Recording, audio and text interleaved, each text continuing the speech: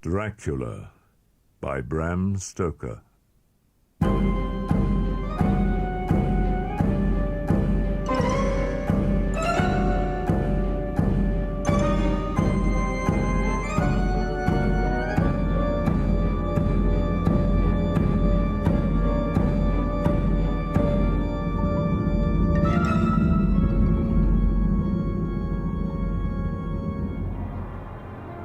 Jonathan Harker's Journal.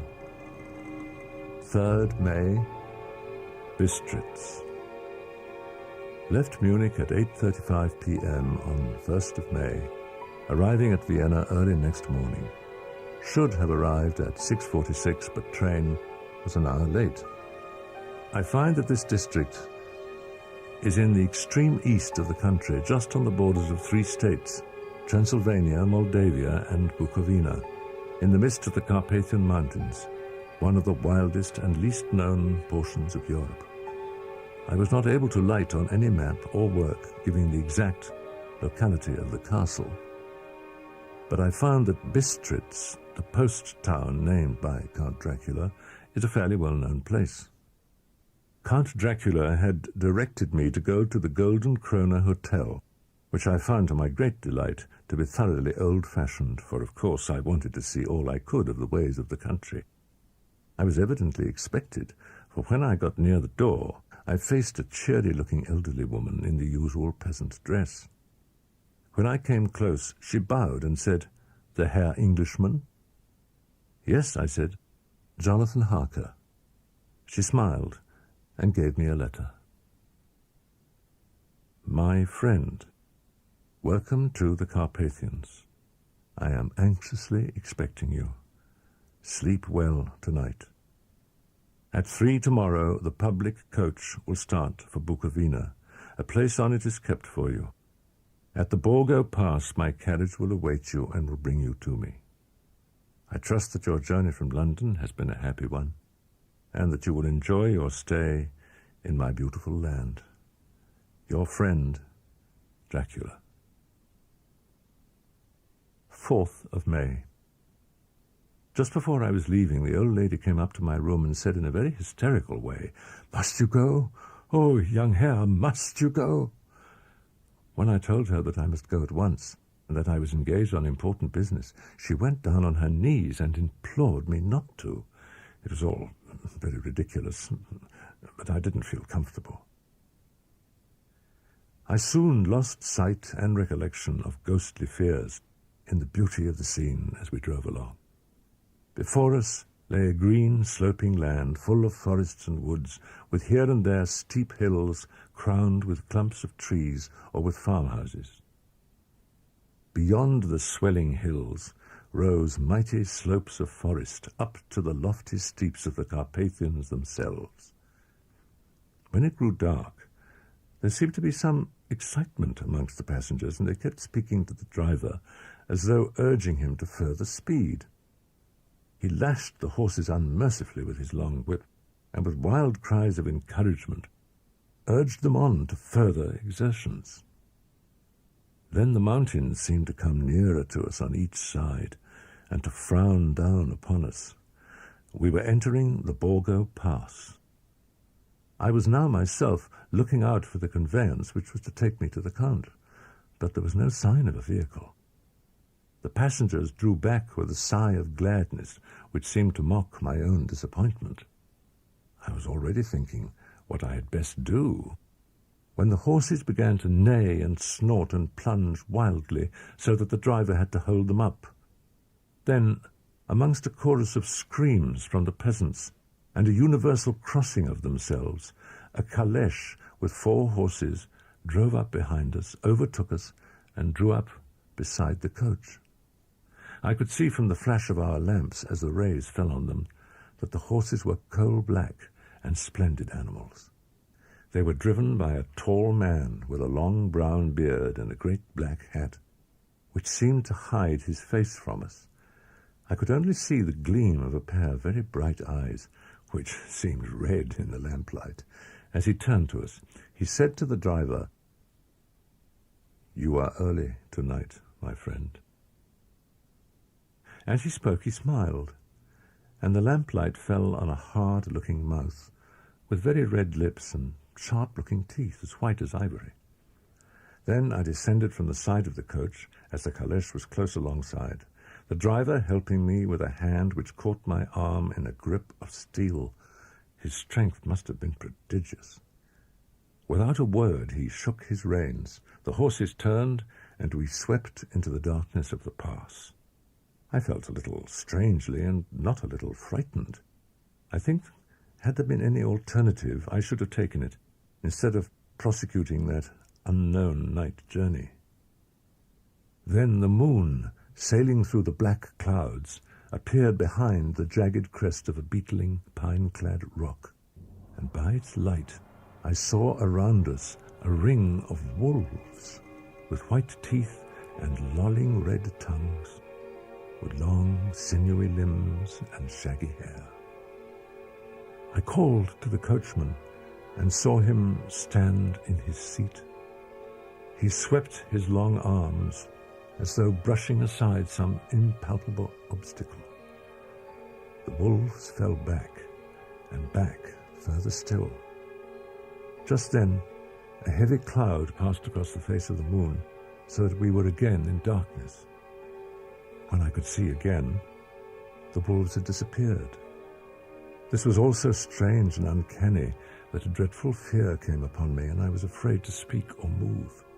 The time seemed interminable as we swept on our way, now in complete darkness. Suddenly, I became conscious of the fact that the driver was in the act of pulling up the horses in the courtyard of a vast, ruined castle, from whose tall black windows came no ray of light, and whose broken battlements showed a jagged line against the moonlit sky. When the caleche stopped, the driver jumped down and held out his hand to assist me to alight. Again, I could not but notice his prodigious strength. The driver jumped again into his seat and shook the reins. The horses started forward, and trap and all disappeared down one of the dark openings. I stood in silence where I was, for I did not know what to do. Suddenly I heard a heavy step approaching behind the great door, and saw through the chinks the gleam of a coming light. Then there was the sound of rattling chains and the clanking of massive bolts drawn back. A key was turned with a loud grating noise of long disuse, and the great door swung back. Within stood a tall old man, clean-shaven, save for a long white moustache, and clad in black from head to foot, without a single speck of colour about him anywhere. He held in his hand an antique silver lamp, throwing long, quivering shadows as it flickered in the draught of the open door.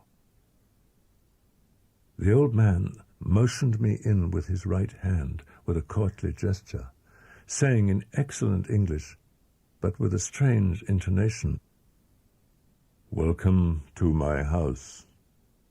Enter freely, and of your own will." He made no motion of stepping to meet me, but stood like a statue, as though his gesture of welcome had fixed him into stone. The instant, however, that I had stepped over the threshold, he moved impulsively forward, and holding out his hand, grasped mine with a strength which made me wince, an effect which was not lessened by the fact that it seemed as cold as ice, more like the hand of a dead than a living man. Again he said, "Welcome to my house. Come freely, go safely, and leave something of the happiness you bring." Count Dracula? He bowed in a courtly way as he replied, "I am Dracula, and I bid you welcome, Mr. Harker, to my house. Come in. The night air is chill, and you must need to eat and rest." As he was speaking, he put the lamp on a bracket on the wall, and stepping out, took my luggage. He had carried it in before I could forestall him. He insisted on carrying my luggage along the passage, and then up a great winding stair, and along another great passage on whose stone floor our steps rang heavily. Passing through this, he opened another door, and motioned me to enter. It was a welcome sight, for here was a great bedroom, well lighted, and warmed with another log fire, which sent a hollow roar up the wide chimney. The Count himself left my luggage inside and withdrew, saying, before he closed the door, "You will need, after your journey, to refresh yourself. I trust you will find all you wish. When you are ready, come into the other room, where you will find your supper prepared." The light and warmth and the Count's courteous welcome seemed to have dissipated all my doubts and fears. So making a hasty toilet, I went into the other room. I found supper already laid out.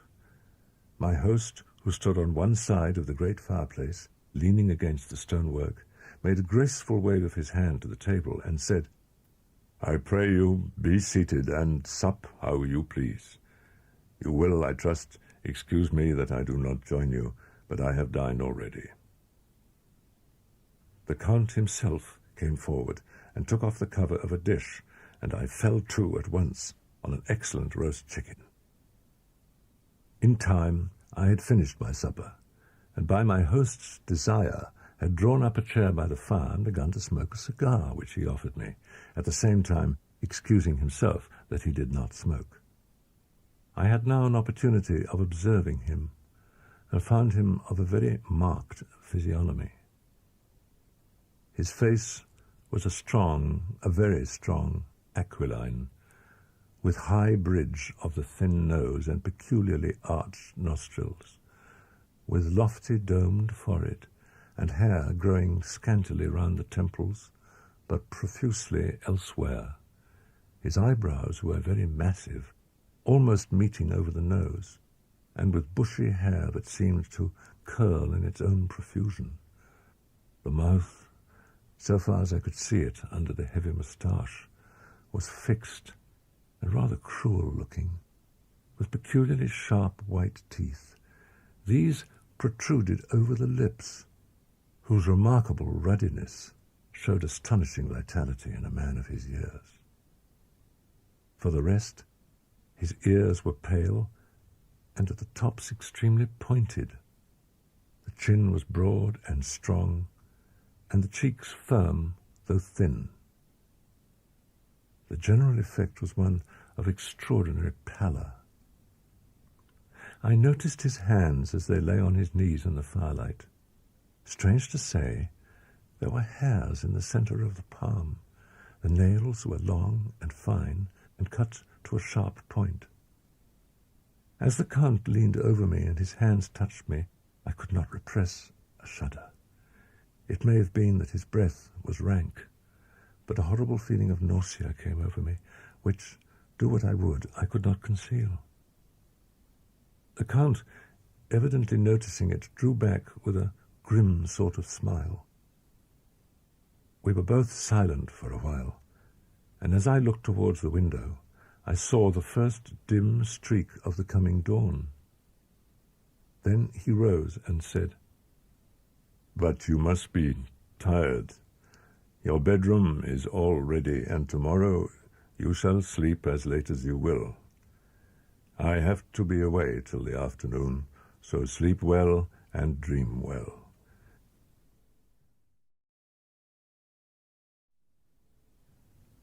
7th May. There are certainly odd deficiencies in the house, considering the extraordinary evidences of wealth which are around me. In none of the rooms is there a mirror.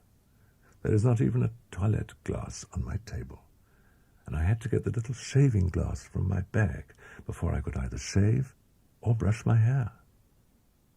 I have not seen a servant anywhere, or heard a sound near the castle except the howling of wolves. In the library I found, to my great delight, a vast number of English books, whole shelves full of them, and bound volumes of magazines and newspapers. Whilst I was looking at the books, the door opened and the Count entered.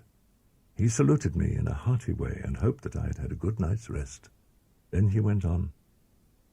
"I am glad you found your way in here, for I am sure there is much that will interest you.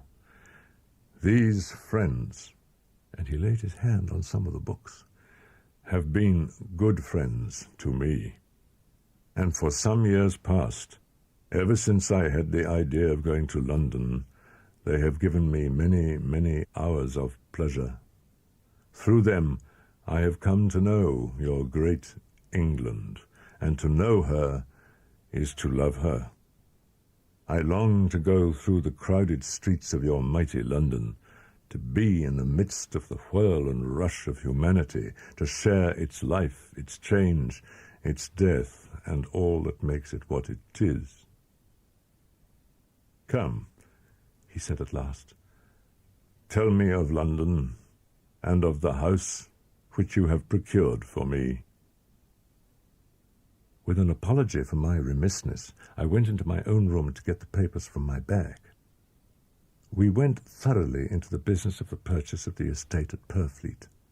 When I had told him the facts, and got his signature to the necessary papers, and had written a letter to my employer, Mr. Hawkins, he began to ask me how I had come across so suitable a place. I read to him the notes which I had made at the time, and which I inscribe here. The estate is called Carfax.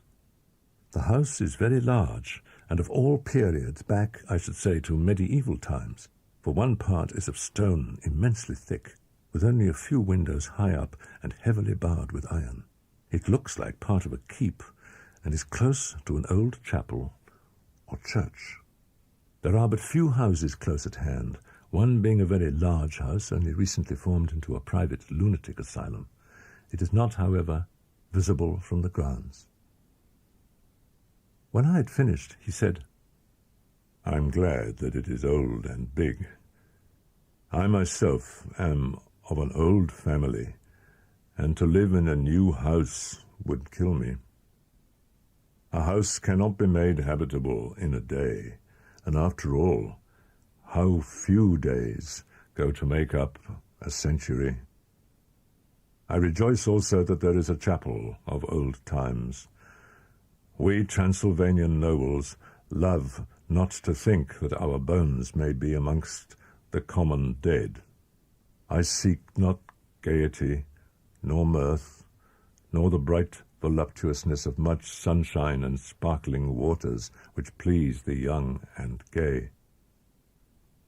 I am no longer young, and my heart, through weary years of mourning over the dead, is not attuned to mirth. Moreover, the walls of my castle are broken, the shadows are many, and the wind breathes cold through the broken battlements and casements. I love the shade and the shadow, and would be alone with my thoughts when I may. 8th May. There is something so strange about this place and all in it that I cannot but feel uneasy. I wish I was safe out of it, or that I had never come. It may be that this strange night existence is telling on me, but would that that were all. I only slept a few hours when I went to bed, and feeling that I could not sleep any more, got up. I had hung my shaving glass by the window, and was just beginning to shave. Suddenly I felt a hand on my shoulder, and heard the Count's voice saying to me, "Good morning." I started, for it amazed me that I had not seen him, since the reflection of the glass covered the whole room behind me. In starting, I had cut myself slightly, but did not notice it at the moment. Having answered the Count's salutation, I turned to the glass again to see how I had been mistaken. This time there could be no error, for the man was close to me, and I could see him over my shoulder, but there was no reflection of him in the mirror. The whole room behind me was displayed, but there was no sign of a man in it, except myself. But at that instant I saw that the cut had bled a little, and the blood was trickling over my chin. I laid down the razor, turning as I did so. When the Count saw my face, his eyes blazed with a sort of demoniac fury, and he suddenly made a grab at my throat. I drew away, and his hand touched the string of beads which held the crucifix. It made an instant change in him, for the fury passed so quickly that I could hardly believe that it was ever there. "Take care," he said. "Take care how you cut yourself. It is more dangerous than you think in this country." Then, seizing the shaving glass, he went on, "And this is the wretched thing that has done the mischief. It is a foul bauble of man's vanity. Away with it!"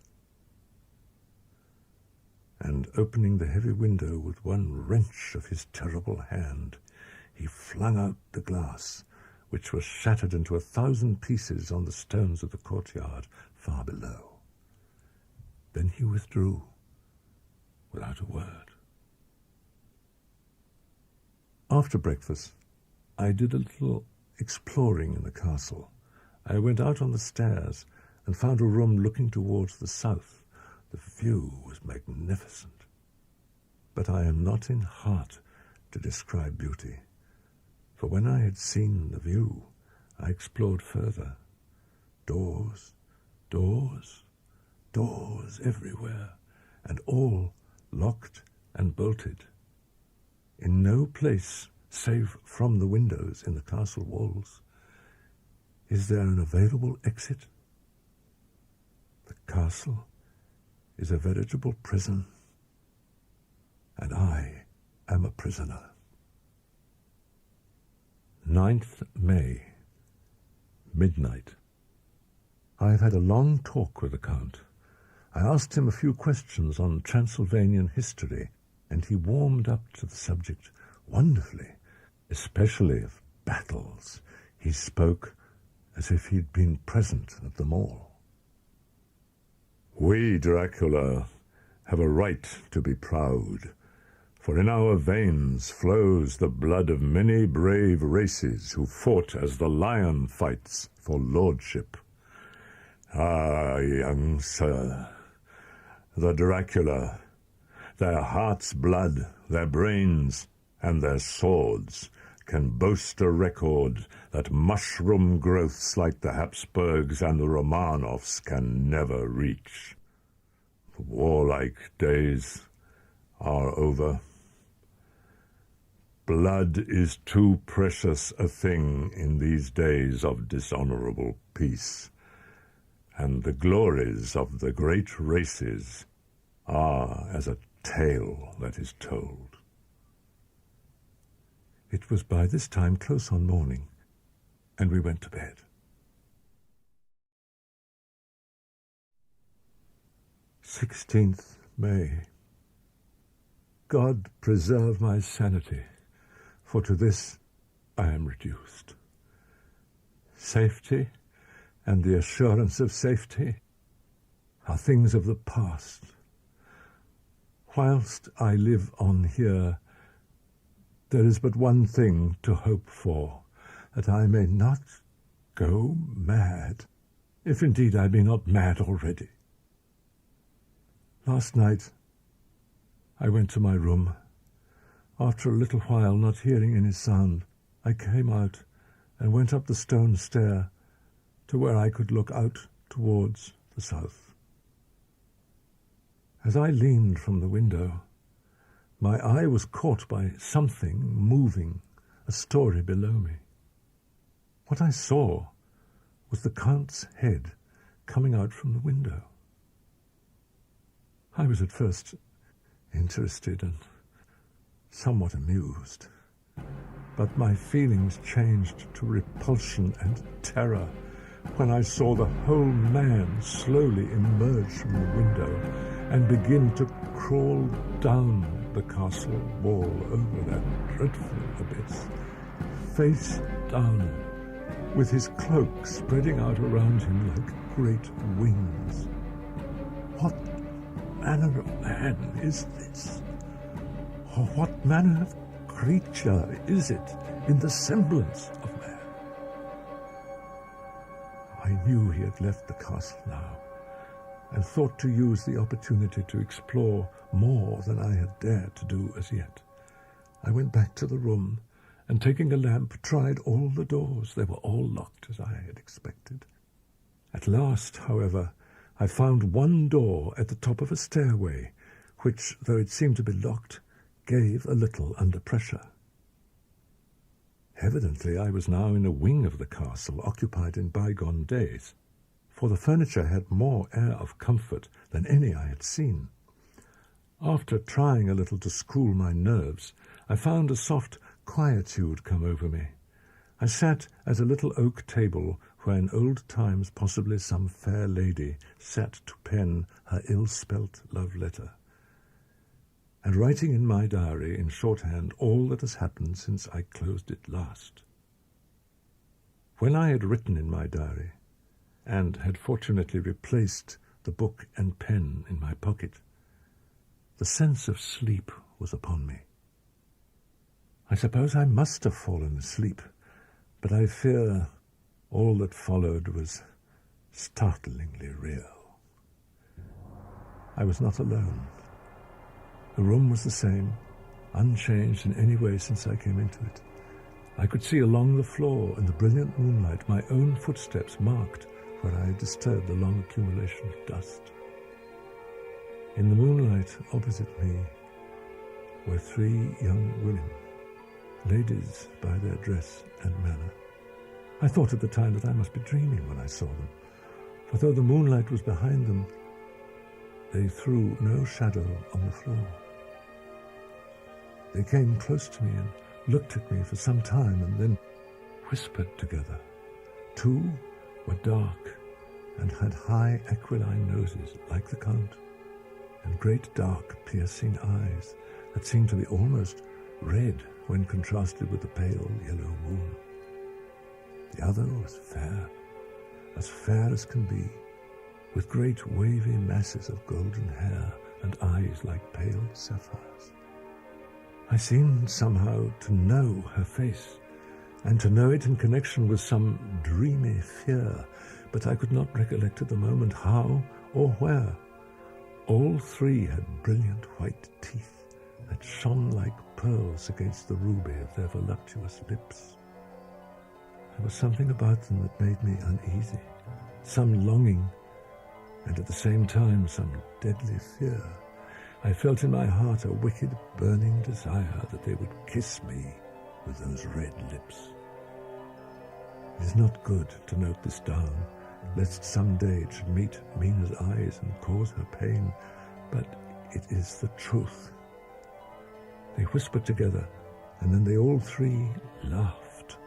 Such a silvery musical laugh, but as hard as though the sound never could have come through the softness of human lips.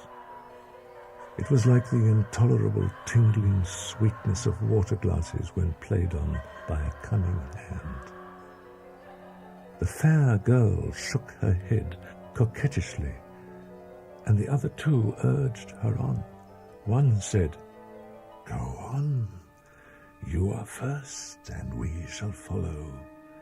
Yours is the right to begin." The other added, "He's young and strong. There are kisses for us all." I lay quiet, looking out under my eyelashes in an agony of delightful anticipation.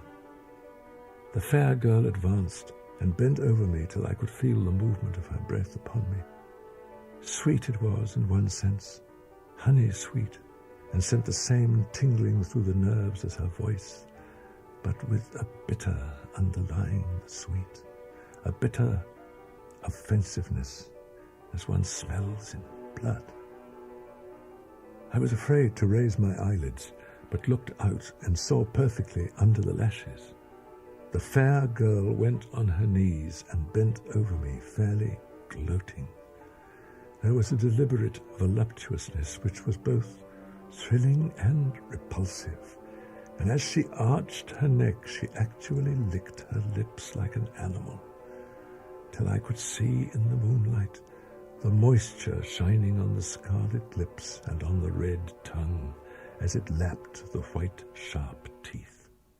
Lower and lower went her head as the lips went below the range of my mouth and chin and seemed about to fasten on my throat.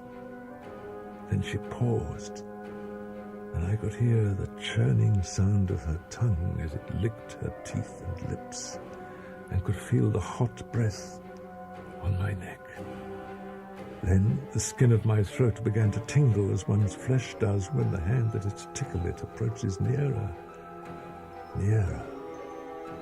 I could feel the soft, shivering touch of the lips on the supersensitive skin of my throat, and the hard dents of two sharp teeth just touching and pausing there.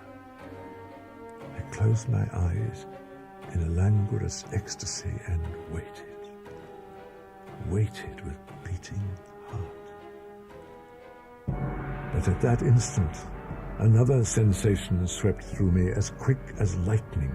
I was conscious of the presence of the Count, and of his being as if lapped in a storm of fury. As my eyes opened involuntarily, I saw his strong hand grasp the slender neck of the fair woman, and with giant's power draw it back, the blue eyes transformed with fury, the white teeth champing with rage, and the fair cheeks blazing red with passion. But the Count! Never did I imagine such wrath and fury, even in the demons of the pit. His eyes were positively blazing. The red light in them was lurid, as if the flames of hell fire blazed behind them. His face was deathly pale. The lines of it were hard like drawn wires. The thick eyebrows that met over the nose now seemed like a heaving bar of white-hot metal. With a fierce sweep of his arm, he hurled the woman from him, and then motioned to the others as though he were beating them back. It was the same imperious gesture that I had seen used to the wolves. In a voice which, though low and almost a whisper, seemed to cut through the air and then ring around the room, he exclaimed, "How dare you touch him, any of you? How dare you cast eyes on him when I had forbidden it? Back, I tell you all. This man belongs to me. I promise you that when I am done with him, you shall kiss him at your will. Now go, go. I must awaken him, for there is work to be done." "Are we to have nothing tonight?" said one of them with a low laugh, as she pointed to the bag which he had thrown upon the floor, and which moved as though there were some living thing within it. For answer, he nodded his head. One of the women jumped forward and opened it. If my ears did not deceive me, there was a gasp and a low wail as of a half-smothered child. The women closed round, whilst I was aghast with horror. But as I looked, they disappeared, and with them the dreadful bag. There was no door near them, and they could not have passed me without my noticing. They simply seemed to fade into the rays of the moonlight and pass out through the window, for I could see outside the dim, shadowy forms for a moment before they entirely faded away. Then the horror overcame me, and I sank down unconscious.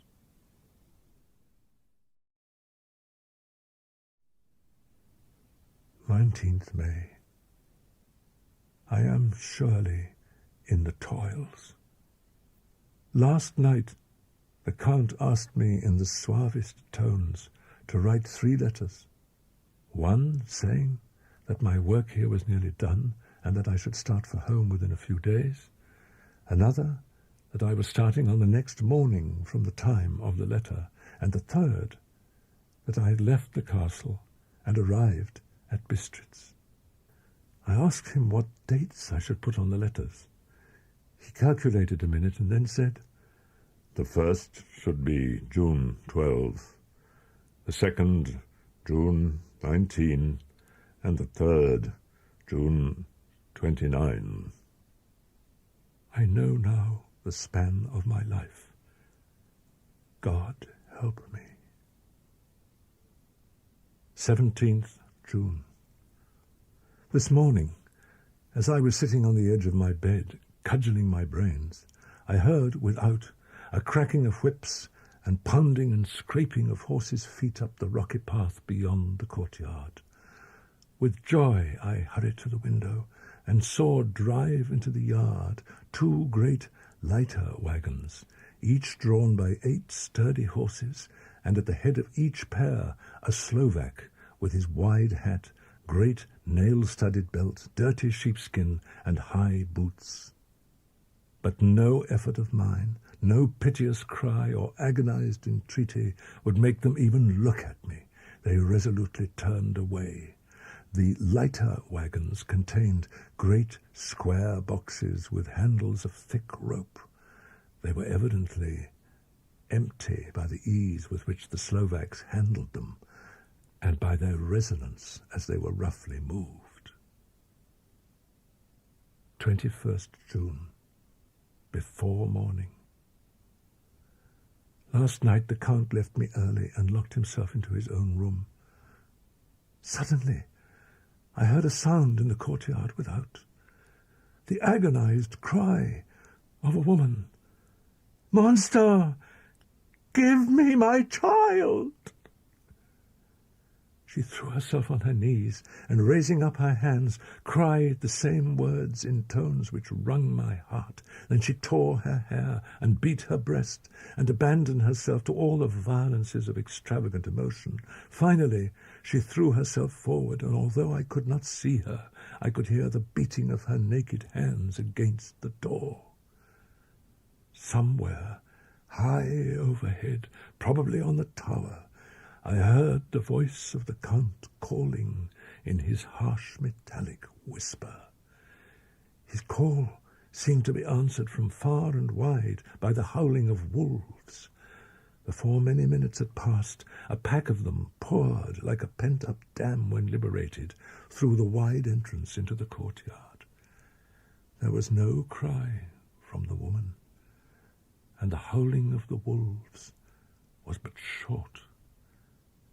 Before long, they streamed away singly, licking their lips.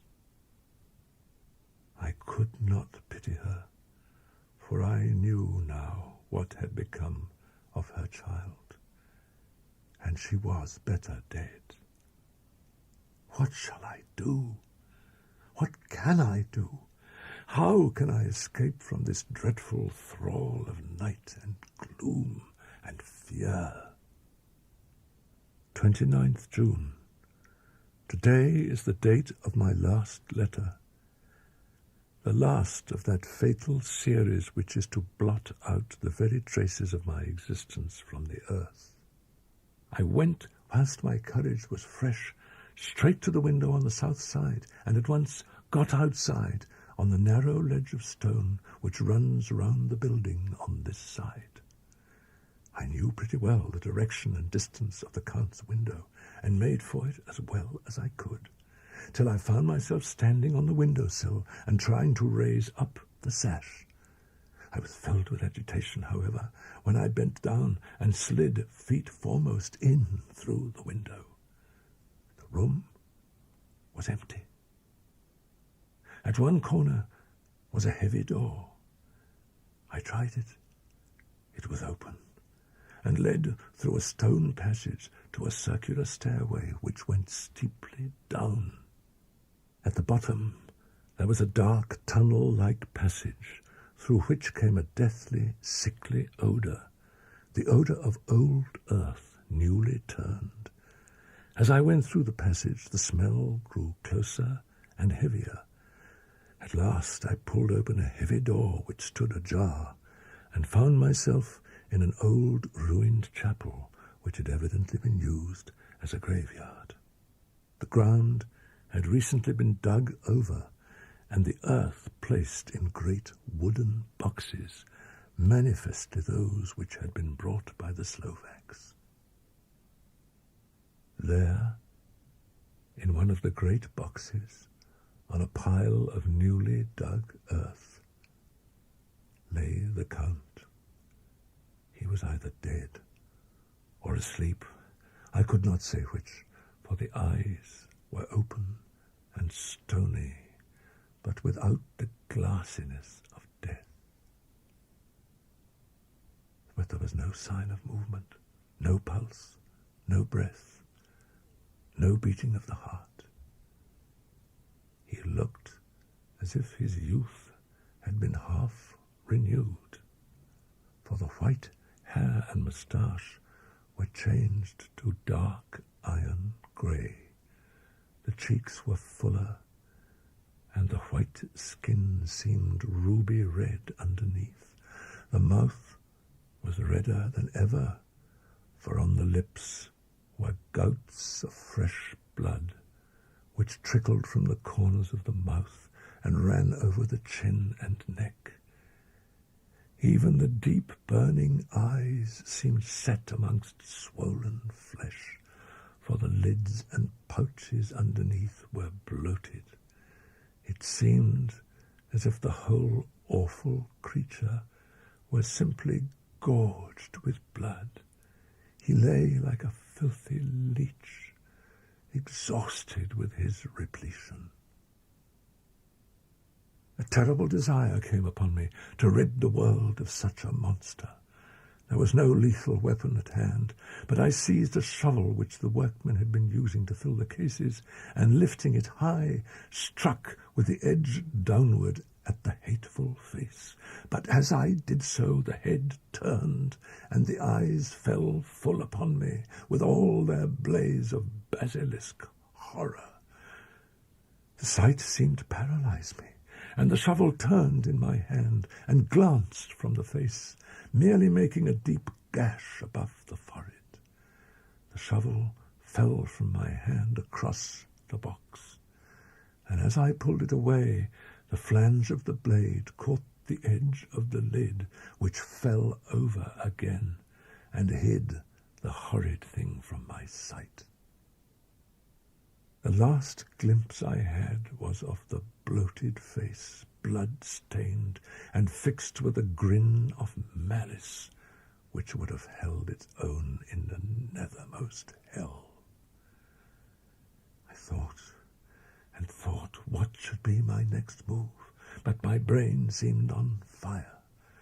I heard in the distance a gypsy song, sung by merry voices coming closer, and through their song the rolling of heavy wheels and the cracking of whips. The Slovaks were coming. I ran from the place and gained the Count's room. I was a prisoner, and the net of doom was closing round me more closely. As I write, there is in the passage below a sound of many tramping feet, and the crash of weights being set down heavily, doubtless the boxes with their freight of earth. There is a sound of hammering. It is the box being nailed down. Now I can hear in the courtyard and down the rocky way the roll of heavy wheels, the crack of whips, and the chorus of the gypsies as they pass into the distance. I'm alone in the castle with those awful women. I shall not remain alone with them. I shall try to scale the castle wall farther than I have yet attempted. I may find a way from this dreadful place, and then away for home, away to the quickest and nearest train, away from this cursed spot, from this cursed land, where the devil and his children still walk with earthly feet. At least God's mercy is better than that of these monsters, and the precipice is steep and high. At its foot a man may sleep as a man. Goodbye, all.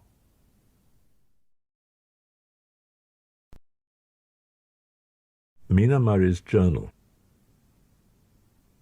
24th July, Whitby. Lucy met me at the station, looking sweeter and lovelier than ever, and we drove up to the house at the Crescent in which they have rooms. There Lucy and I sat a while, and it was all so beautiful before us that we took hands as we sat, and she told me all about her coming marriage. She said, "My dear Mina, it never rains but it pours. How true the old proverbs are. Here am I, who will be 20 in September, and yet I never had a proposal, and then in one day I had 3. Just fancy. I feel sorry, really, and truly sorry, for 2 of the poor fellows. Number 1 came just before lunch. Oh, I told you of him, Dr. John Seward, the lunatic asylum man. He is a doctor and really clever. Just fancy, he's only 9 and 20, and he has an immense lunatic asylum all under his own care.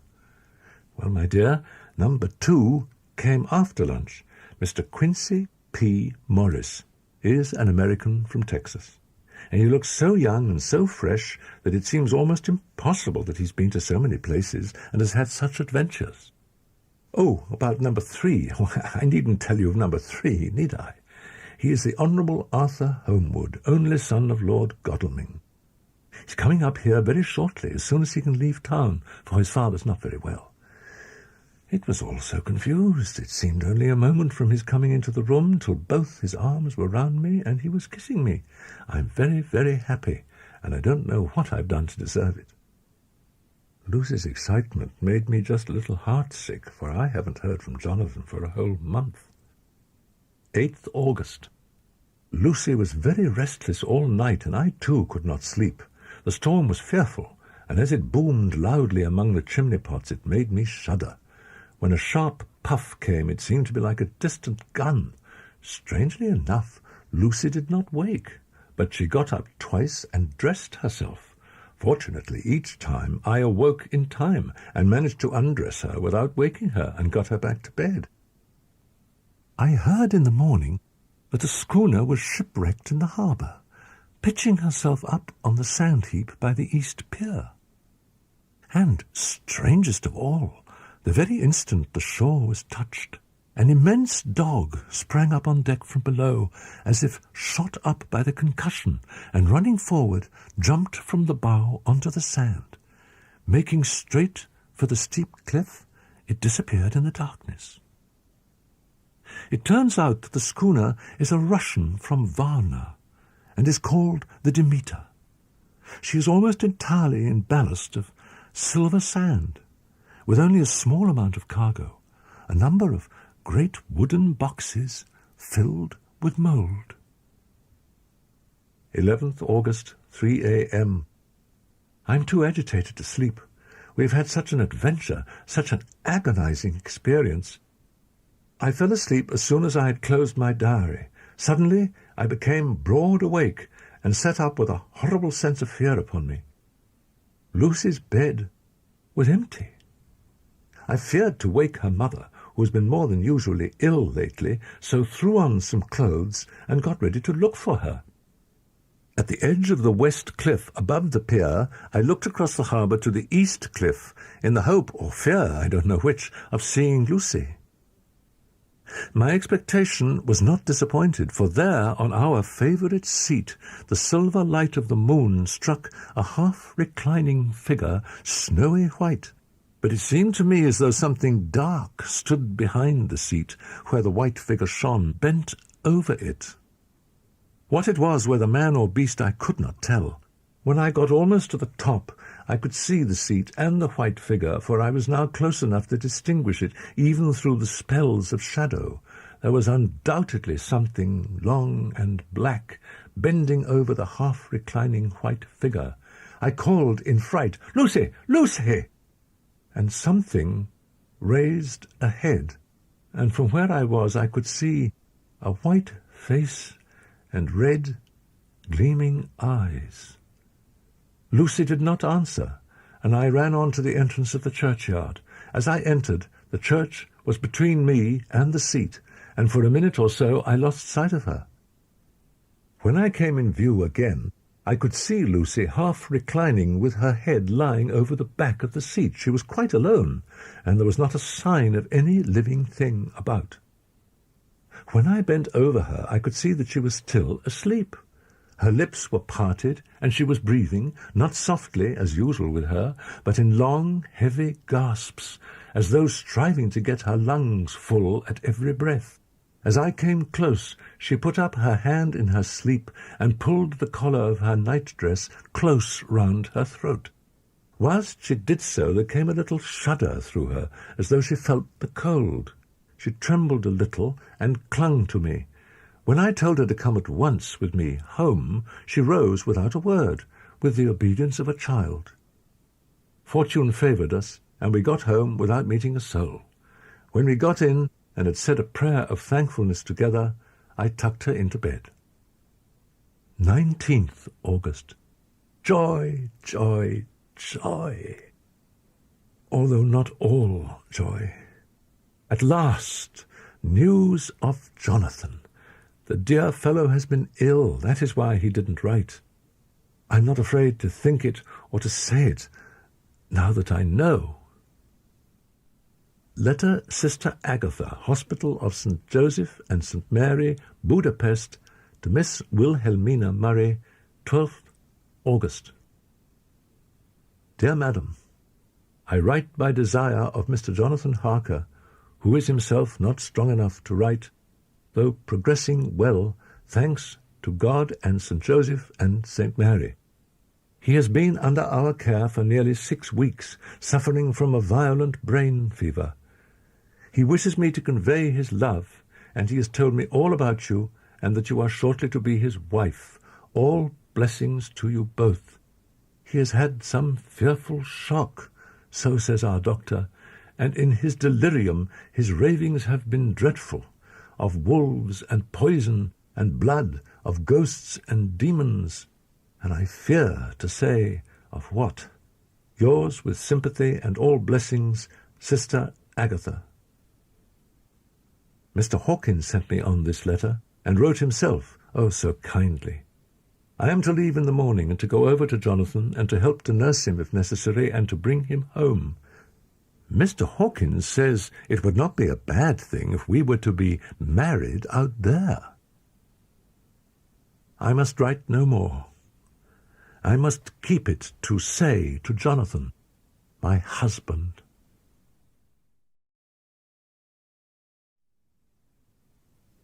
Dr. Seward's diary, kept in phonograph.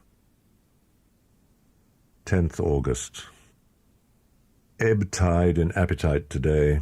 Cannot eat, cannot rest, so diary instead. Since my rebuff by Lucy, I have a sort of empty feeling. Nothing in the world seems of sufficient importance to be worth the doing. As I knew that the only cure for this sort of thing was work, I went down amongst the patients. I picked out one who has afforded me a study of much interest. He is so quaint in his ideas and so unlike the normal lunatic that I have determined to understand him as well as I can. R. M. Renfield, ETAT 59, sanguine temperament, great physical strength, morbidly excitable, periods of gloom. He has certain qualities very largely developed: selfishness, secrecy, and purpose. I wish I could get at what is the object of the latter. He seems to have some settled scheme of his own, but what it is I do not yet know. 19th August. Strange and sudden change in Renfield last night. At 9 o'clock, the night watchman came to see me, sent up from the ward to say that Renfield had escaped. I ran as quickly as I could. As I got through the belt of trees, I saw a white figure scale the high wall which separates our grounds from those of the deserted house. I ran back at once and told the watchman to get 3 or 4 men immediately and follow me into the grounds of Carfax in case our friend might be dangerous. I got a ladder myself and, crossing the wall, dropped down on the other side. I could see Renfield's figure just disappearing behind the angle of the house, so I ran after him. On the far side of the house, I found him pressed close against the old iron-bound oak door of the chapel. My men had now crossed the wall and were closing him in. I heard him say, "I am here to do your bidding, master. I am your slave, and you will reward me, for I shall be faithful. I have worshipped you long and afar off. Now that you are near, I await your commands, and you will not pass me by, will you, dear master, in your distribution of good things?" As we were holding him, a strange thing happened. He suddenly redoubled his efforts, and then, as suddenly, grew calm. I looked around instinctively, but could see nothing. Then I caught the patient's eye and followed it, but could trace nothing as it looked into the moonlit sky except a big bat, which was flapping its silent and ghostly way to the west. Bats usually wheel and flit about, but this one seemed to go straight on, as if it knew where it was bound for, or had some intention of its own. The patient grew calmer every instant, and presently said, "You needn't tie me. I shall go quietly." Without trouble, we came back to the house. I feel there is something ominous in his calm, and I shall not forget this night. 31st August. Arthur Homewood writes to me that Lucy is ill and asks me to attend her. Arthur himself is summoned to see his father, who is apparently very sick. Letter from Dr. Seward to Arthur Homewood, 2nd September. My dear old fellow, with regard to Miss Westenra's health, I hasten to let you know at once that in my opinion there is not any functional disturbance or any malady that I know of.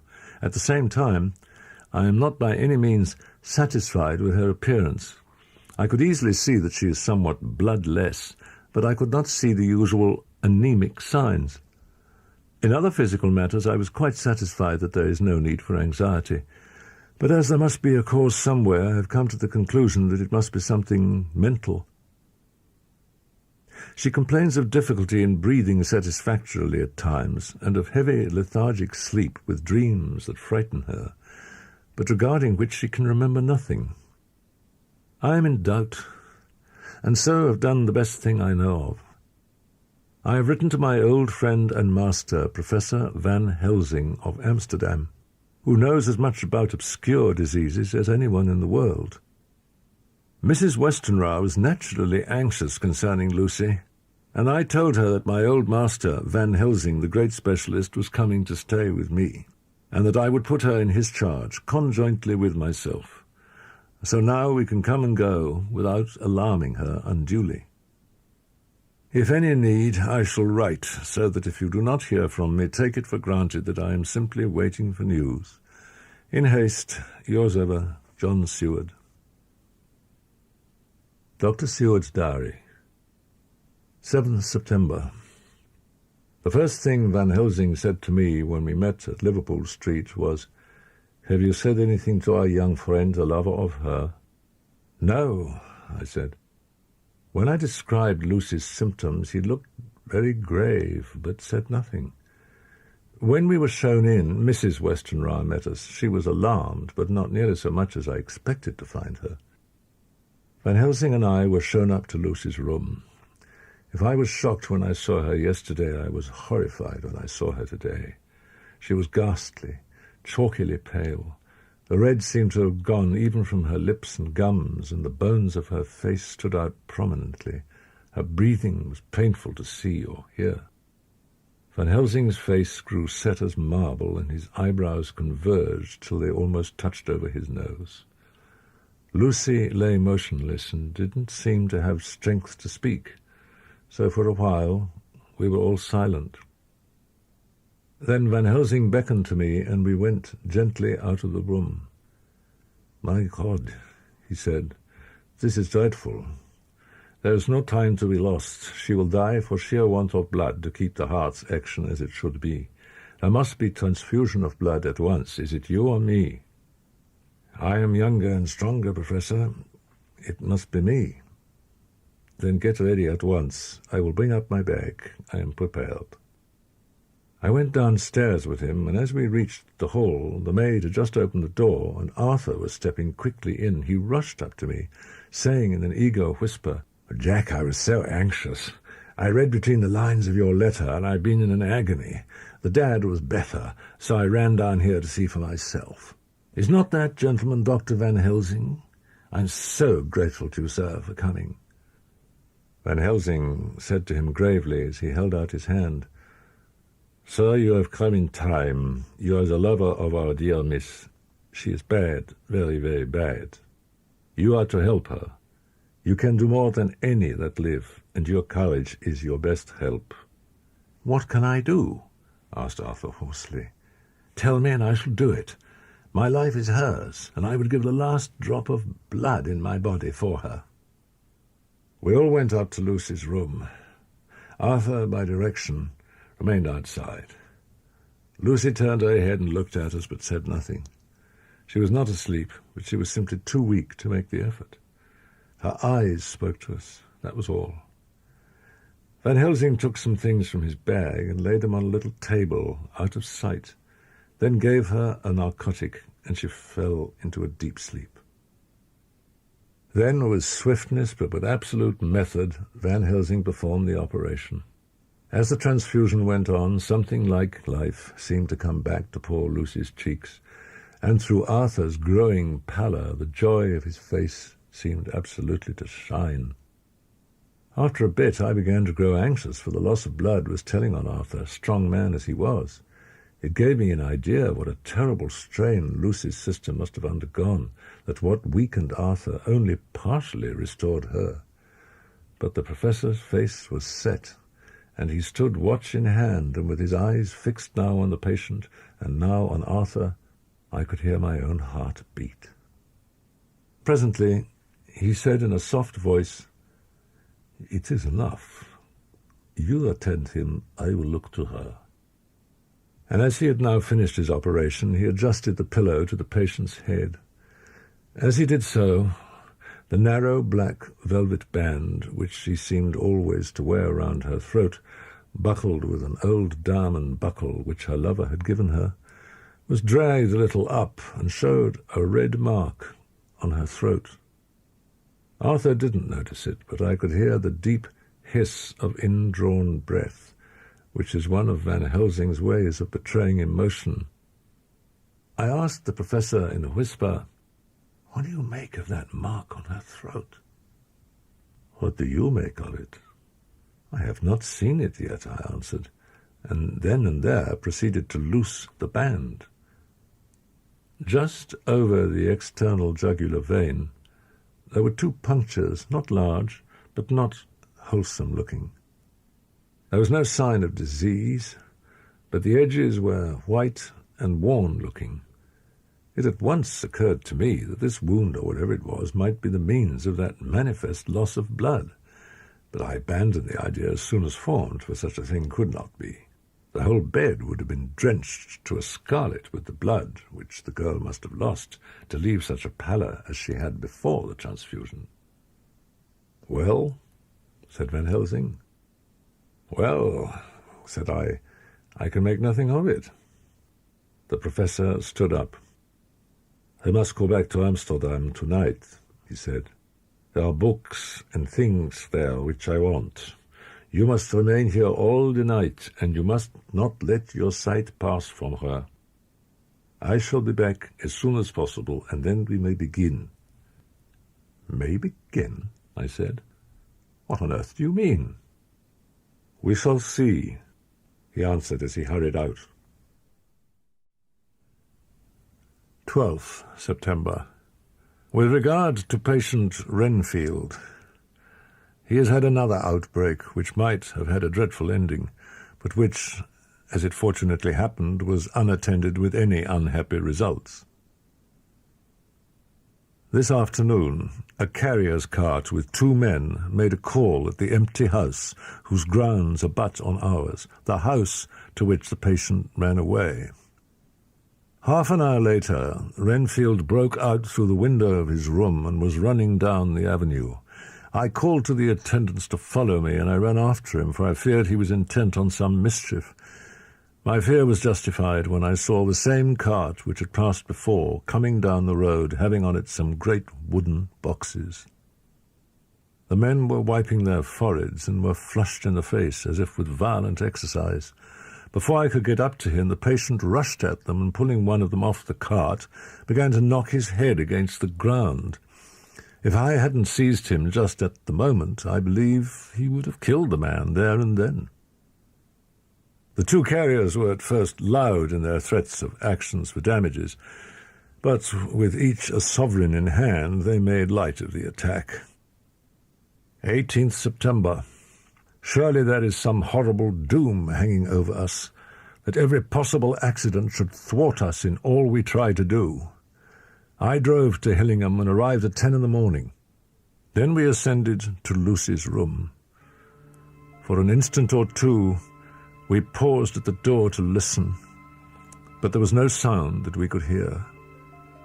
With white faces and trembling hands, we opened the door gently and entered the room. How shall I describe what we saw? On the bed lay 2 women, Lucy and her mother.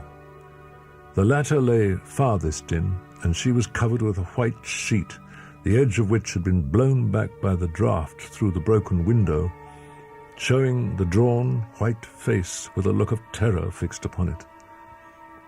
By her side lay Lucy, with face white and still more drawn.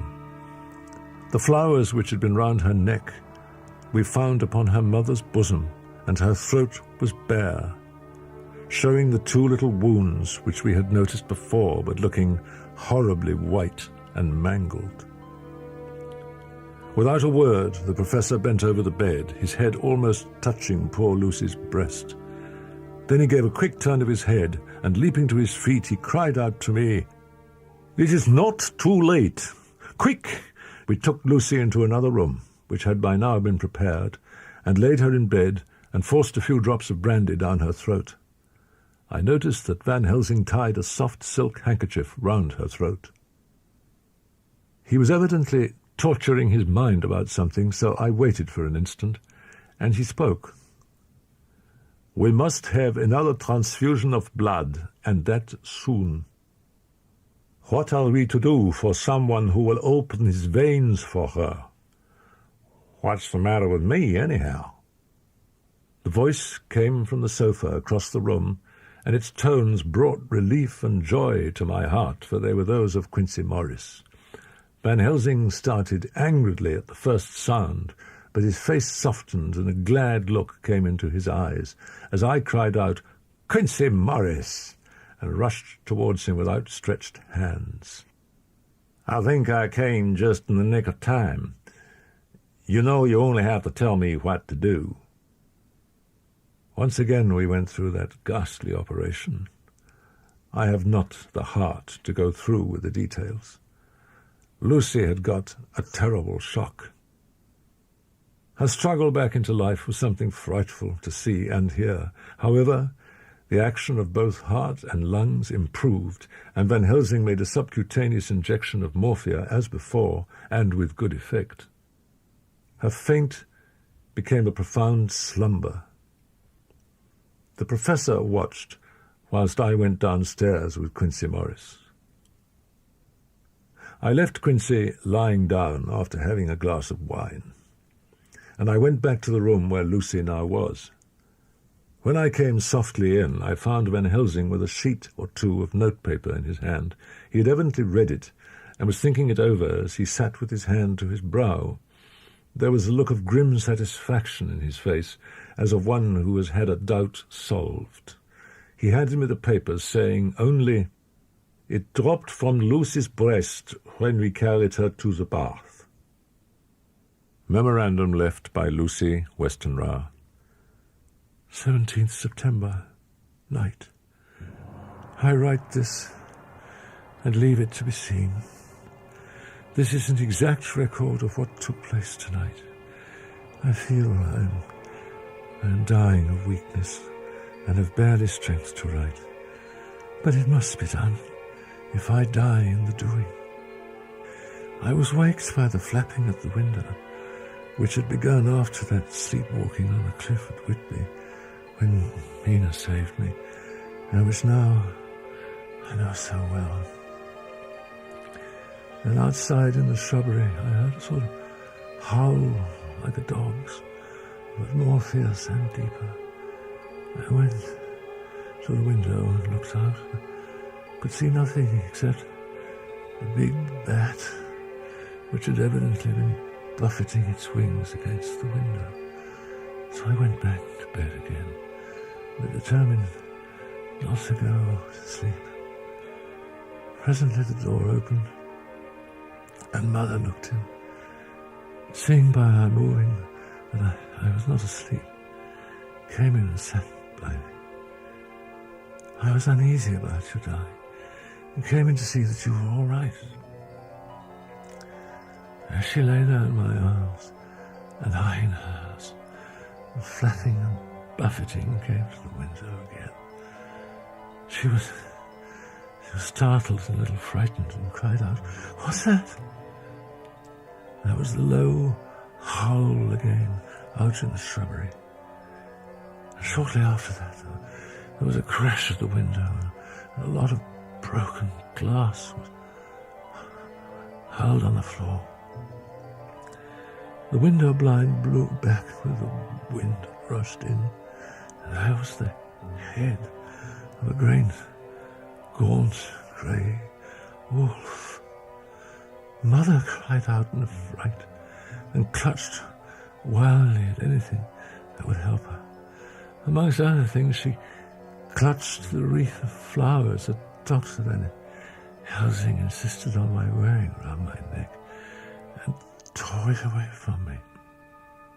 For a second or two she sat up, pointing at the wolf, and there was a strange and horrible gurgling in her throat. Then she fell over, as if struck with lightning. I tried to stir, but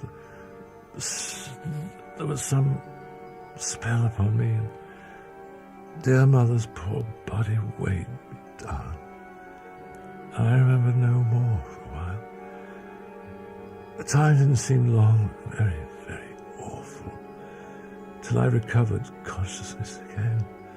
Somewhere near, a passing bell was tolling. The dogs, all round the neighbourhood, were howling. I called the maids, but got no answer. What am I to do? What am I to do? Goodbye, dear Arthur. If I should not survive this night, God keep you, dear. God help me. When I had read it, I stood looking at the professor, and after a pause I asked him, "In God's name, what does it all mean? Was she, or is she, mad? Or what sort of horrible danger is it?" I was so bewildered that I did not know what to say more. Van Helsing put out his hand and took the paper, saying, "Do not trouble about it now. Forget it for the present. You shall know and understand it all in good time."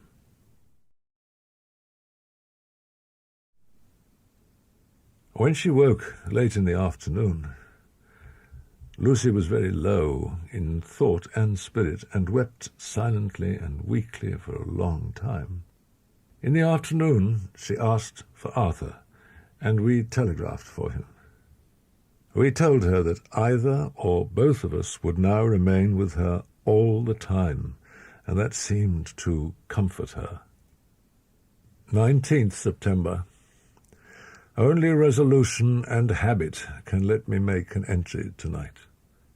I am too miserable, too low-spirited, too sick of the world and all in it, including life itself. At 6 o'clock, Van Helsing came to relieve me. Arthur had then fallen into a doze, and he mercifully let him sleep on. When he saw Lucy's face, he bent down, and with his face almost touching Lucy's, examined her carefully. He removed the flowers and lifted the silk handkerchief from her throat. As he did so, he started back, and I could hear his "Mein Gott," as it was smothered in his throat. I bent over and looked too, and as I noticed, some queer chill came over me. The wounds on the throat had absolutely disappeared. For fully 5 minutes, Van Helsing stood looking at her with his face at its sternest. Then he turned to me and said calmly, "She is dying. It will not be long now. It will be much difference, mark me, whether she dies conscious or in her sleep. Wake that poor boy, and let him come and see the last. He trusts us, and we have promised him." I went to the dining room and waked him. When we came into the room, she opened her eyes, and seeing him, whispered softly, "Arthur, oh my love, I am so glad you've come." And then, insensibly, there came the strange change which I had noticed in the night. Her breathing grew stertorous, the mouth opened, and the pale gums, drawn back, made the teeth look longer and sharper than ever. In a sort of sleep-waking, vague, unconscious way, she opened her eyes, which were now dull and hard at once, and said in a soft, voluptuous voice, such as I had never heard from her lips, "Arthur, oh my love, I am so glad you have come. Kiss me." Arthur bent eagerly over to kiss her, but at that instant Van Helsing, who, like me, had been startled by her voice, swooped upon him and, catching him by the neck with both hands, dragged him back with a fury of strength which I never thought he could have possessed, and actually hurled him almost across the room. "Not for your life," he said. "Not for your living soul and hers." And he stood between them like a lion at bay. Arthur was so taken aback that he did not for a moment know what to do or say, and before any impulse of violence could seize him, he realized the place and the occasion, and he stood silent, waiting. I kept my eyes fixed on Lucy, as did Van Helsing, and we saw a spasm as of rage flit like a shadow over her face. The sharp teeth champed together. Then her eyes closed, and she breathed heavily. Very shortly after, she opened her eyes in all their softness, and putting out her poor, pale, thin hand, took Van Helsing's great brown one. Drawing it to her, she kissed it. "My true friend," she said in a faint voice, but with untellable pathos. "My true friend, and his. Oh, guard him, and give him peace." "I swear it," said he solemnly, kneeling beside her and holding up his hand as one who registers an oath. Then he turned to Arthur and said to him, "Come, my child, take her hand in yours and kiss her on the forehead, and only once. Their eyes met instead of their lips, and so they parted. Lucy's eyes closed, and Van Helsing, who had been watching closely, took Arthur's arm and drew him away. And then Lucy's breathing became stertorous again, and all at once it ceased. "It is all over," said Van Helsing. "She is dead." I took Arthur by the arm and led him away to the drawing-room, where he sat down and covered his face with his hands, sobbing in a way that nearly broke me down to see. I went back to the room, stood beside Van Helsing, and said, "Well, poor girl, there is peace for her at last. It is the end." He turned to me and said with grave solemnity, "Not so, alas, not so. It is only the beginning." When I asked him what he meant, he only shook his head and answered, "We can do nothing as yet. Wait and see." Mina Harker's Journal. 22nd September. A sad homecoming in every way. Jonathan still pale and dizzy under a slight relapse of his malady. And now a telegram from Dr. Van Helsing, whoever he may be. "You will be grieved to hear that Mrs. Westenra died 5 days ago, and that Lucy died the day before yesterday. They were both buried today." Oh, what a wealth of sorrow in a few words. Van Helsing said that he had read my letters to poor Lucy, and is coming to see me at once. Dr. Seward's Diary, 27th September. Today, Van Helsing almost bounded into the room at about 5:30 and thrust last night's Westminster Gazette into my hand. "What do you think of that?" he asked as he stood back and folded his arms. I looked over the paper, for I really did not know what he meant, but he took it from me and pointed out a paragraph about children being decoyed away at Hampstead. It did not convey much to me until I reached a passage where it described small punctured wounds on their throats. An idea struck me, and I looked up. "Well," he said, "it is like poor Lucy's. And what do you make of it?" "Simply that there is some cause in common." "You think, then, that those so small holes in the children's throats were made by the same that made the hole in Miss Lucy?" "I suppose so." He stood up and said solemnly, "Then you are wrong. Oh, would it were so, but alas, no.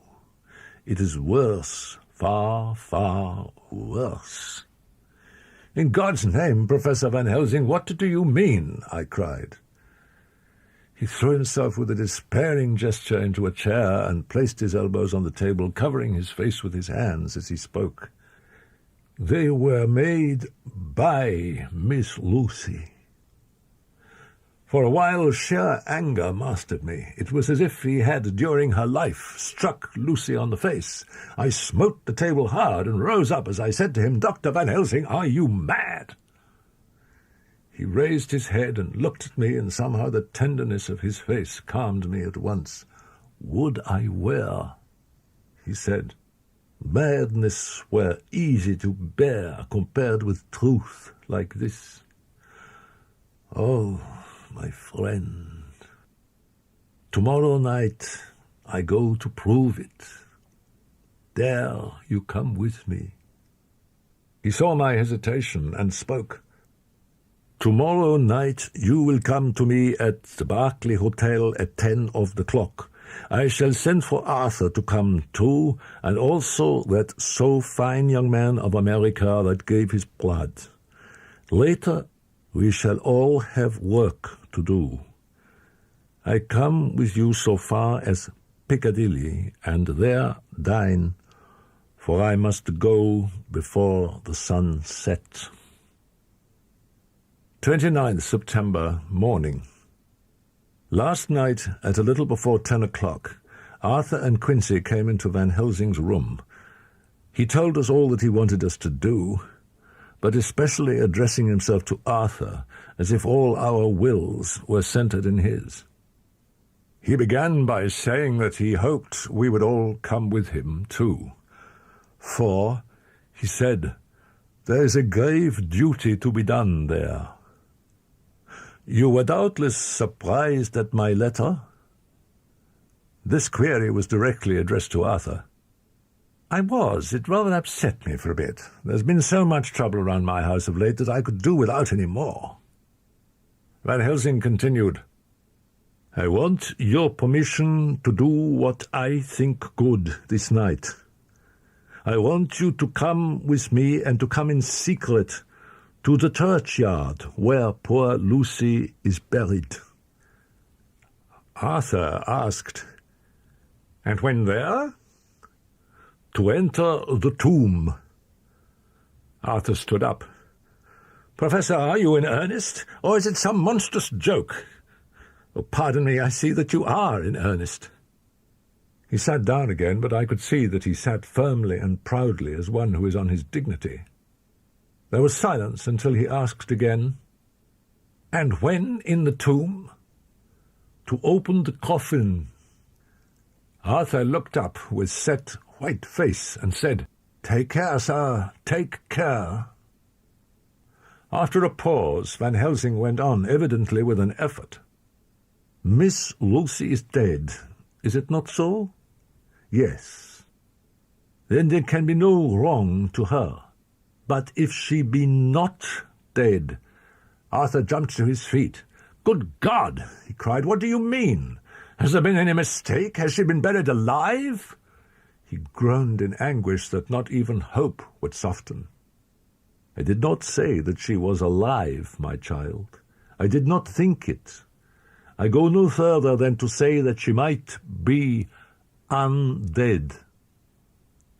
Undead? Not alive? What do you mean?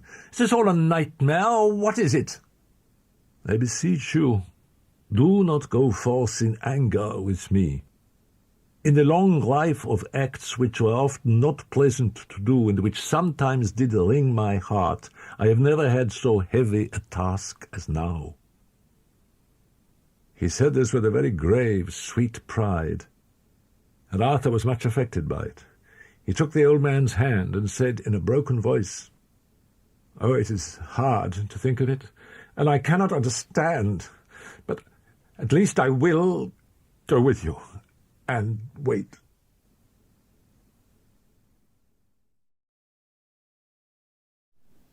It was just a quarter before 12 o'clock when we got into the churchyard. The professor unlocked the door, and seeing a natural hesitation amongst us for various reasons, solved the difficulty by entering first himself. The rest of us followed, and he closed the door. He then lit a dark lantern and went about his work systematically, holding his lamp so that he could read the coffin plates. He made assurance of Lucy's coffin. Another search in his bag, and he took out a turn-screw. "What are you going to do?" I asked. "To open the coffin. You shall yet be convinced." Straightway he began taking out the screws, and finally lifted off the lid, showing the casing of lead beneath. The sight was almost too much for me. It seemed to be as much an affront to the dead as it would have been to have stripped off her clothing in her sleep whilst living. And again, fumbling in his bag, took out a tiny fret saw. Striking the turn-screw through the lead with a swift downward stab which made me wince, he made a small hole, which was, however, big enough to admit the point of the saw. I had expected a rush of gas from the weak old corpse. We doctors, who have had to study our dangers, have to become accustomed to such things, and I drew back towards the door. But the professor never stopped for a moment. He soared down a couple of feet along one side of the lead coffin, and then across and down the other side. Van Helsing forced back the leaden flange, and we all looked in and recoiled. The coffin was empty. So far there is much that is strange. Wait you with me outside, unseen and unheard, and things much stranger are yet to be. So, here he shut the dark slide of his lantern, now to the outside. He opened the door, and we filed out, he coming last and locking the door behind him.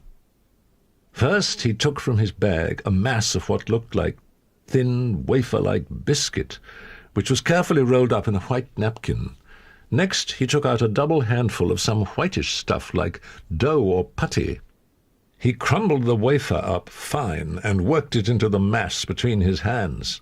This he then took, and rolling it into thin strips, began to lay them into the crevices between the door and its setting in the tomb. I was somewhat puzzled at this, and being close, asked him what it was that he was doing.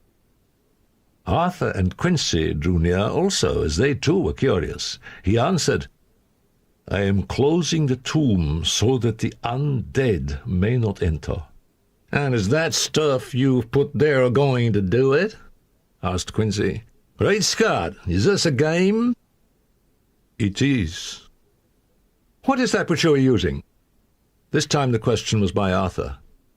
Van Helsing reverently lifted his hat as he answered, "The host. I brought it from Amsterdam. I have an indulgence." In respectful silence we took the places assigned to us, close round the tomb, but hidden from the sight of anyone approaching. There was a long spell of silence, a big aching void, and then from the professor a keen "Sst." He pointed, and far down the avenue of yews we saw a white figure advance, a dim white figure which held something dark at its breast.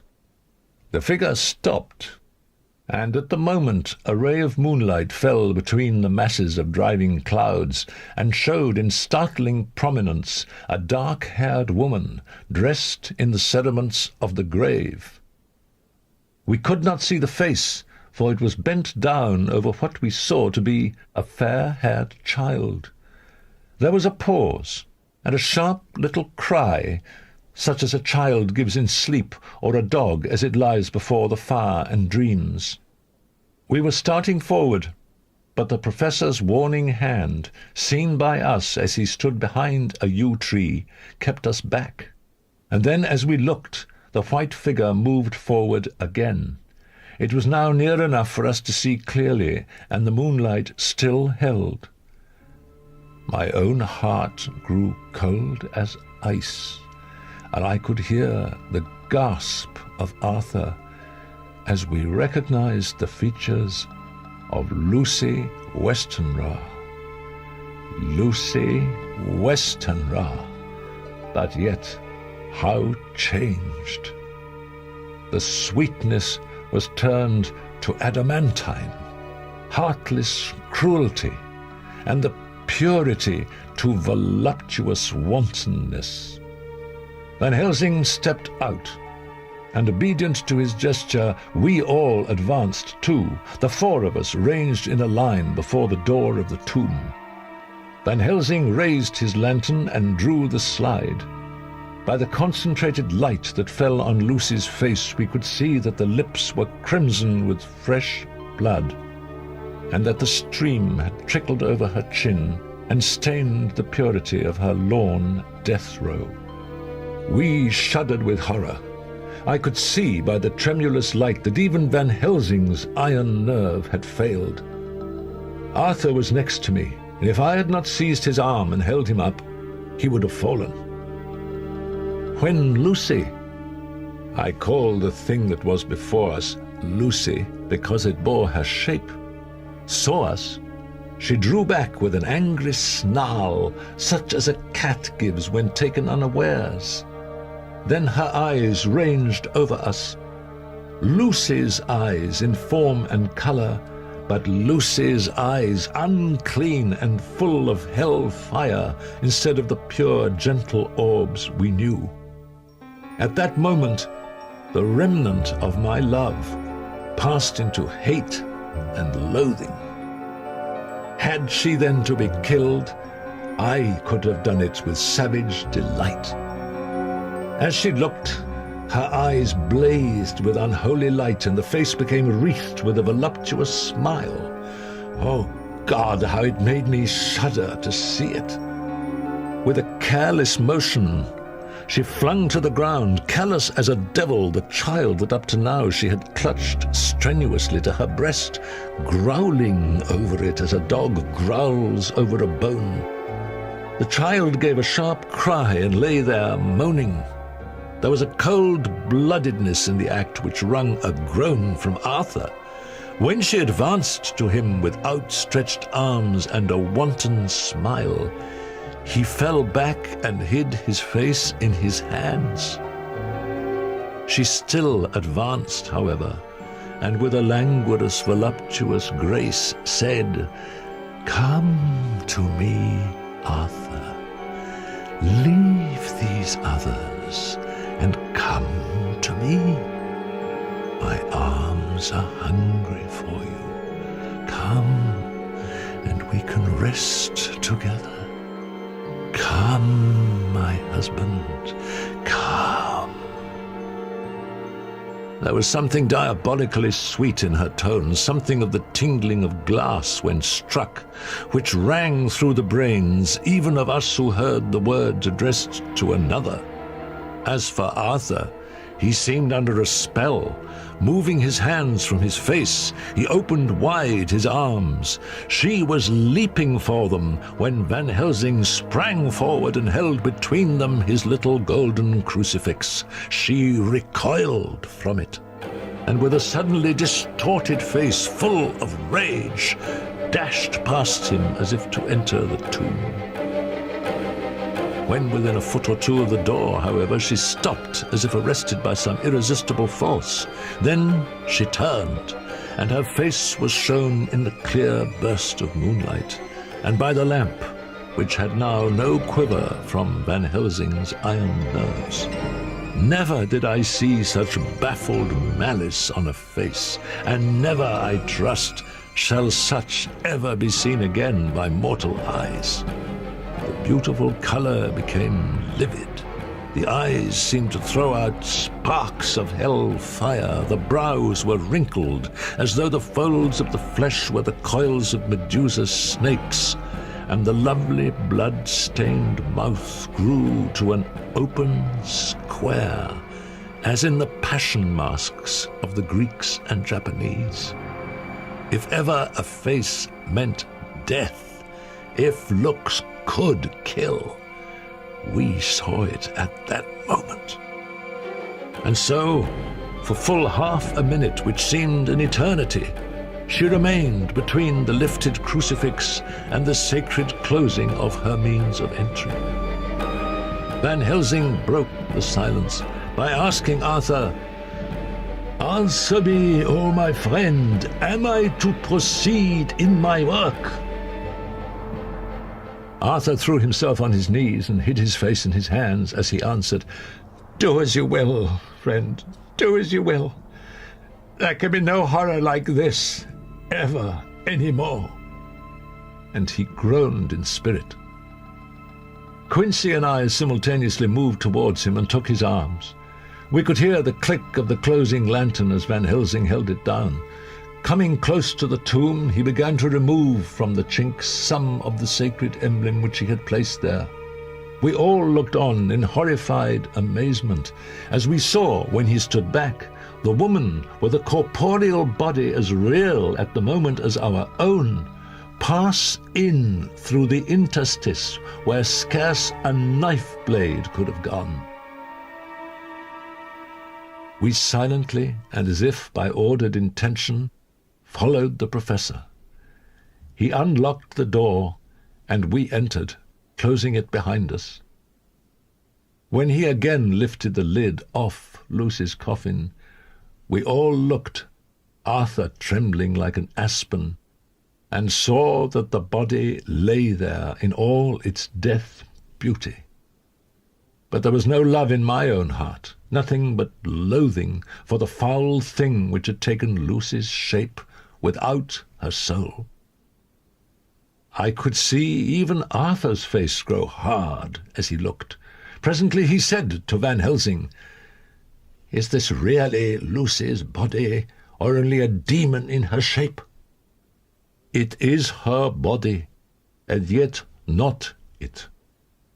But wait a while, and you shall see her as she was, and is."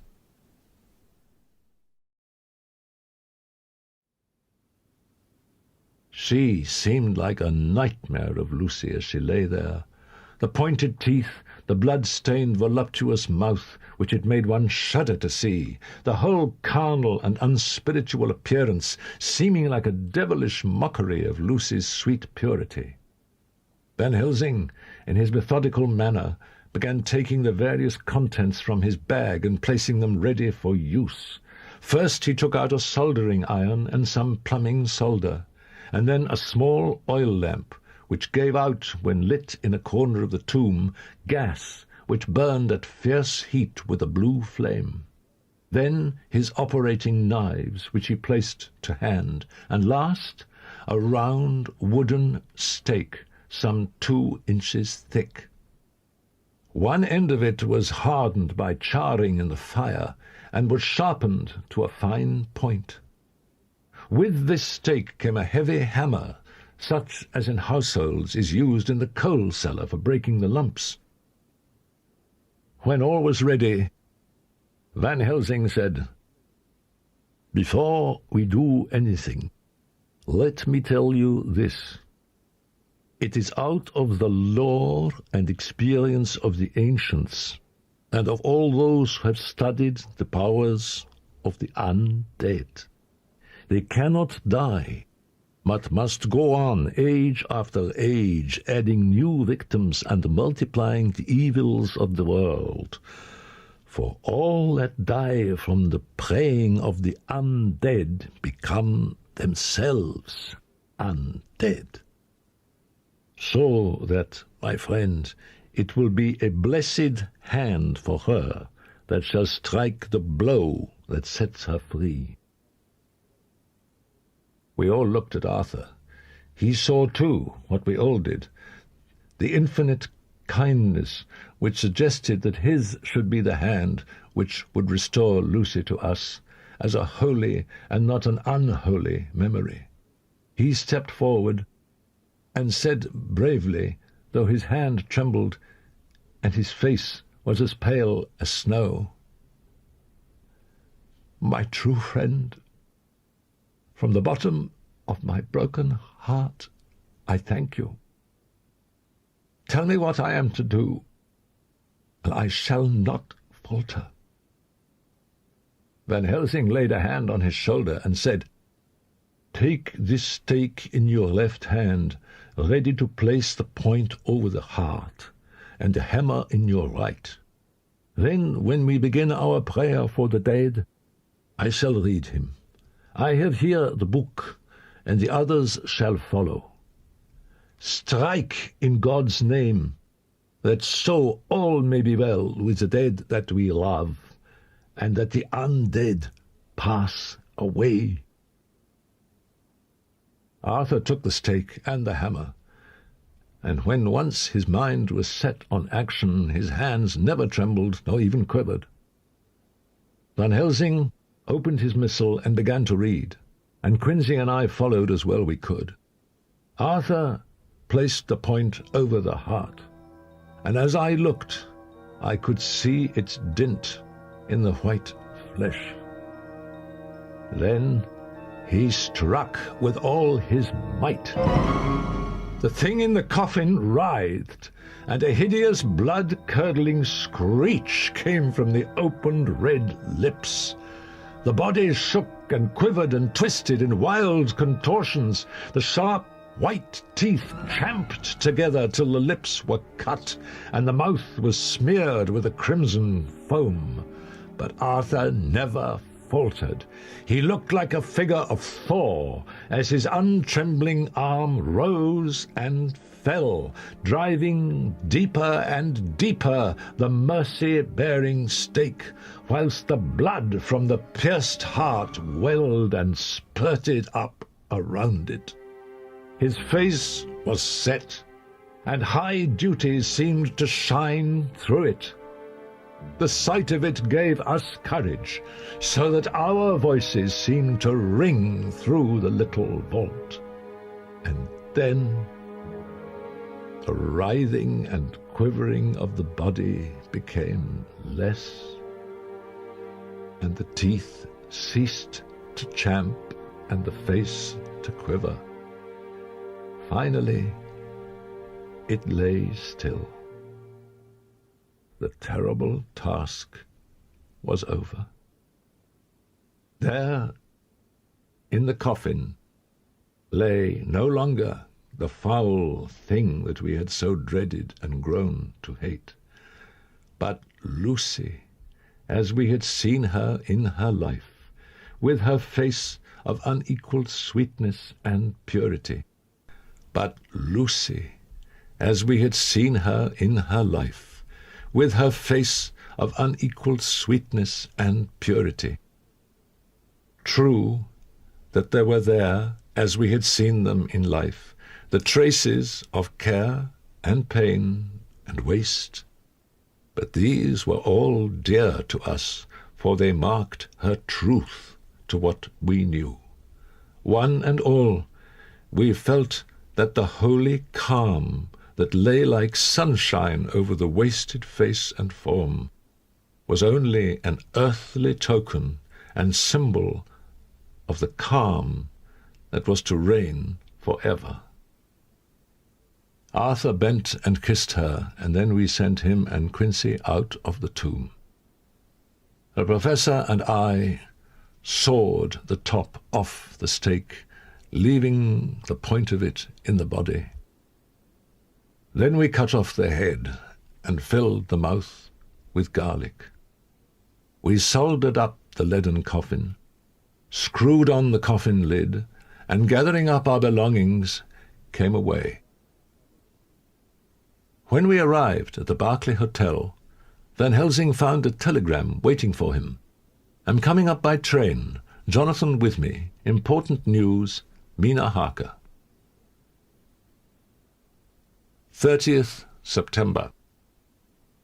The Harkers arrived at 9 o'clock. Mr. Harker is uncommonly clever, if one can judge from his face, and full of energy. If his journal be true, and judging by one's own wonderful experiences, it must be, he is also a man of great nerve. After lunch, Harker and his wife went back to their own room, and as I passed a while ago, I heard the click of the typewriter. They are hard at it. Mrs. Harker says that they are knitting together in chronological order every scrap of evidence they have.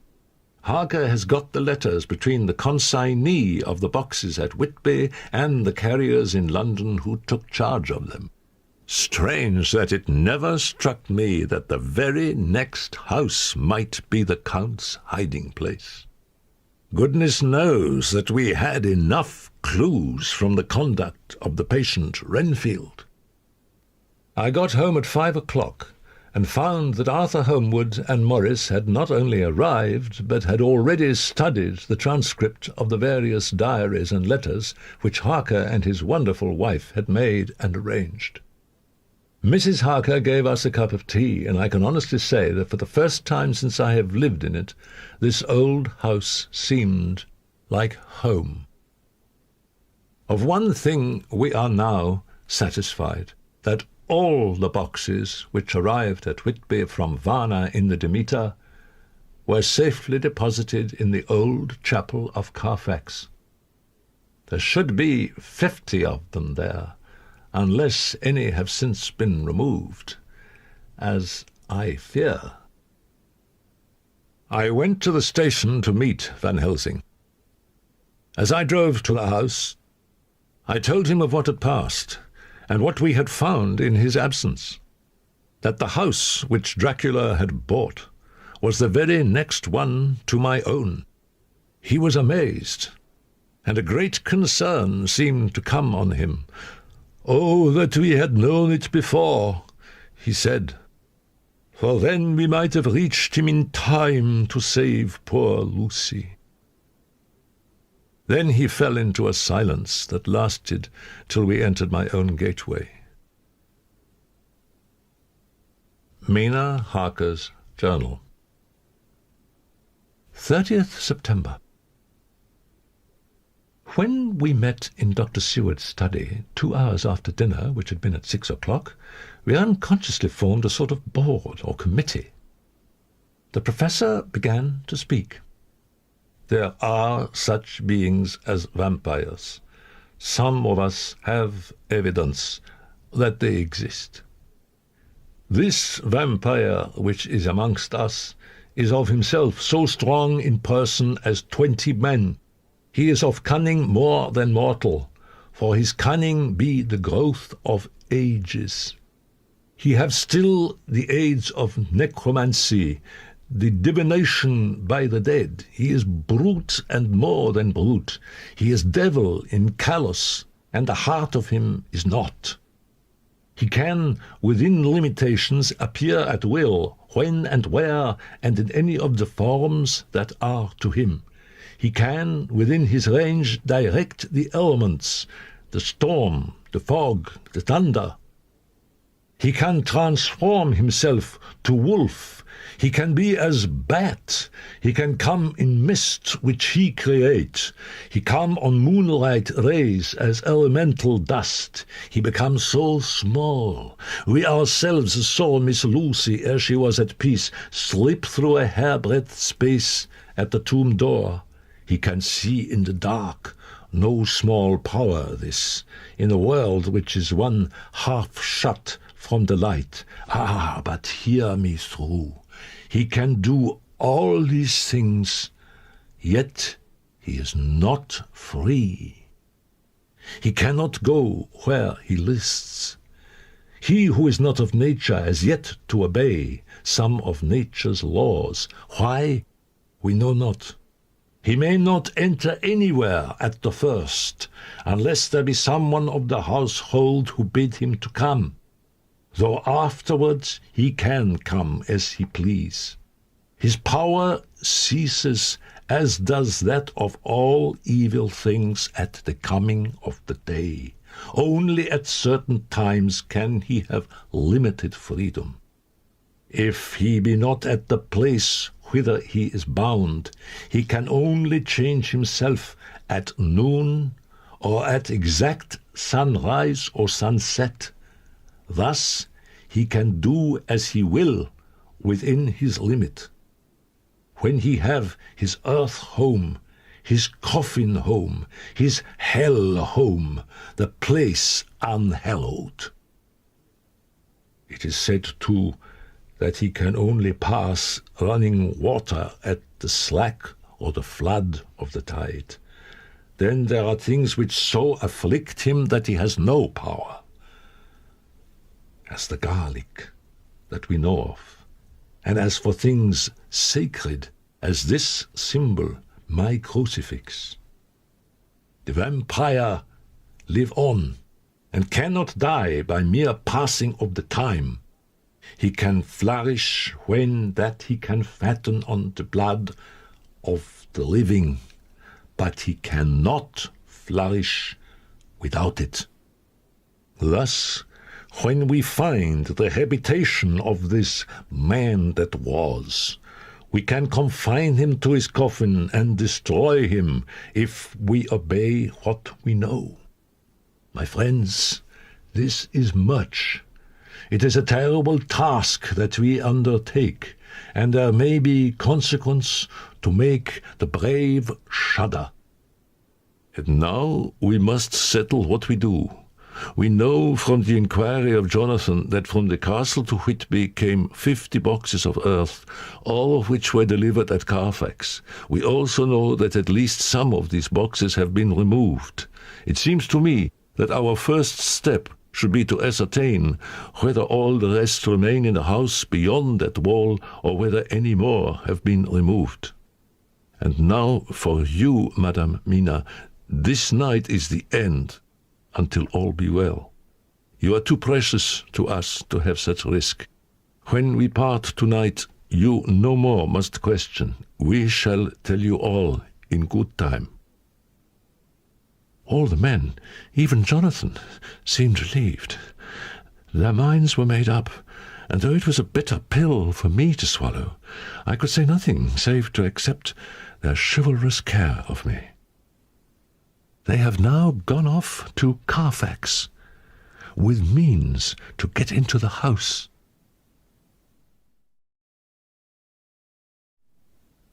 Dr. Seward's Diary, 1st October, 7 a.m.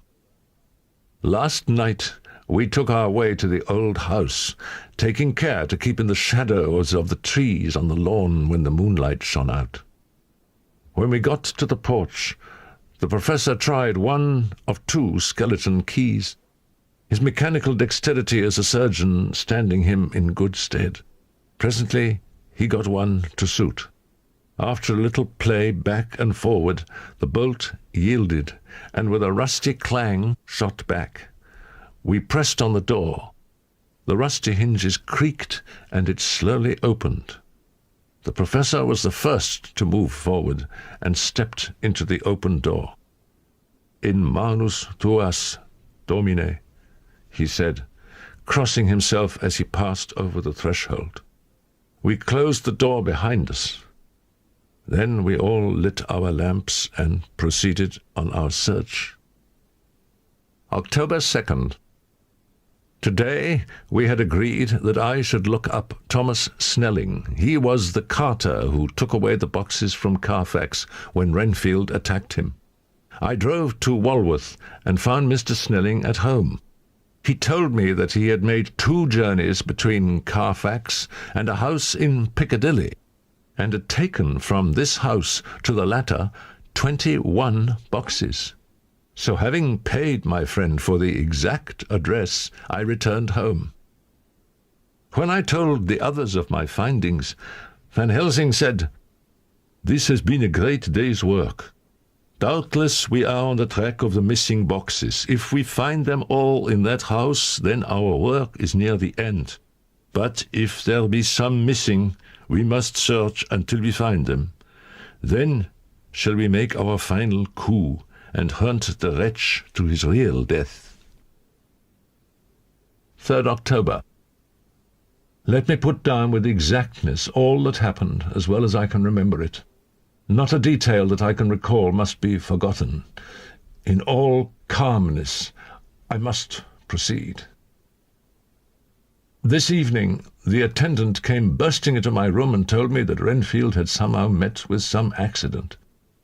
When I came to Renfield's room, I found him lying on the floor on his left side in a glittering pool of blood. And within a very few minutes the professor appeared, and we went into a strict examination of the patient. The professor thought a moment and said, "We must reduce the pressure and get back to normal conditions as far as can be. We must trephine at once, or it may be too late." "I will be quiet, Doctor. Tell them to take off the straight waistcoat. I have had a terrible dream, and it has left me so weak that I cannot move." I said in a quiet, grave tone, "Tell us your dream, Mr. Renfield." As he heard my voice, he looked at me piercingly with an agonized confusion which I will never forget, and said, "I must not deceive myself. It was no dream, but all a grim reality. I am dying.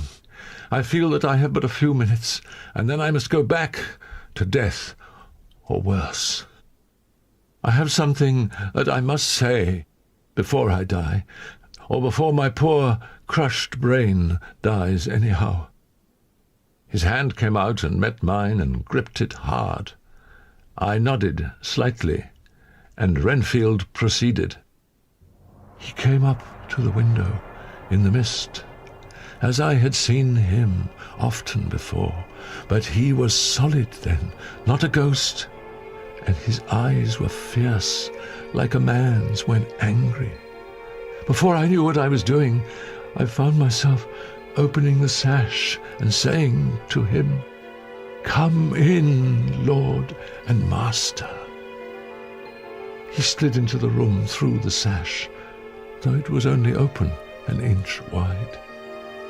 He sneered at me, and his white face looked out of the mist with his red eyes gleaming, and he went on as though he owned the whole place, and I was no one.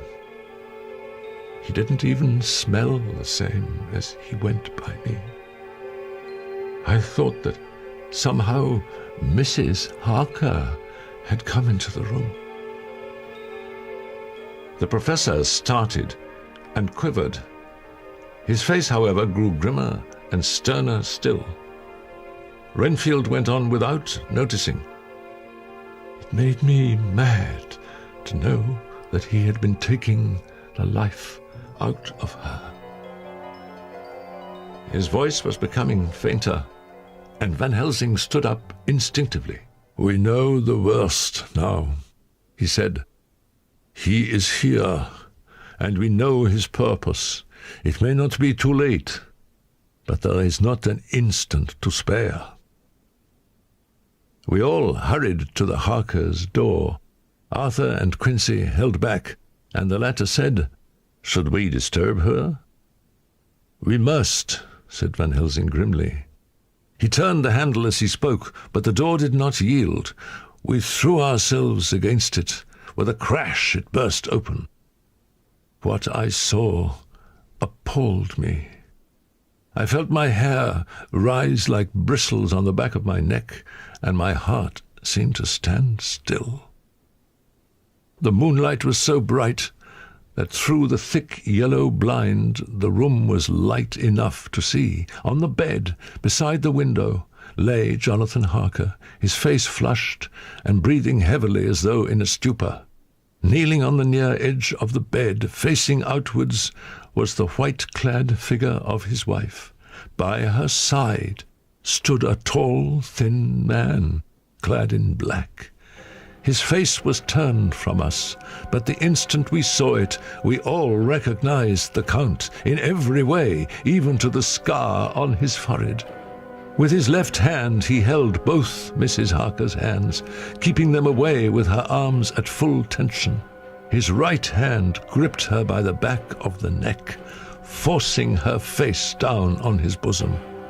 Her white nightdress was smeared with blood, and a thin stream trickled down the man's bare breast, which was shown by his torn-open dress. The attitude of the two had a terrible resemblance to a child forcing a kitten's nose into a saucer of milk to compel it to drink.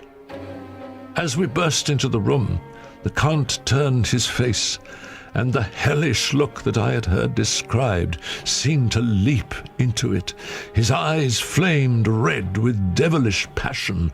The great nostrils of the white aquiline nose opened wide and quivered at the edge, and the white, sharp teeth behind the full lips of the blood-dripping mouth champed together like those of a wild beast.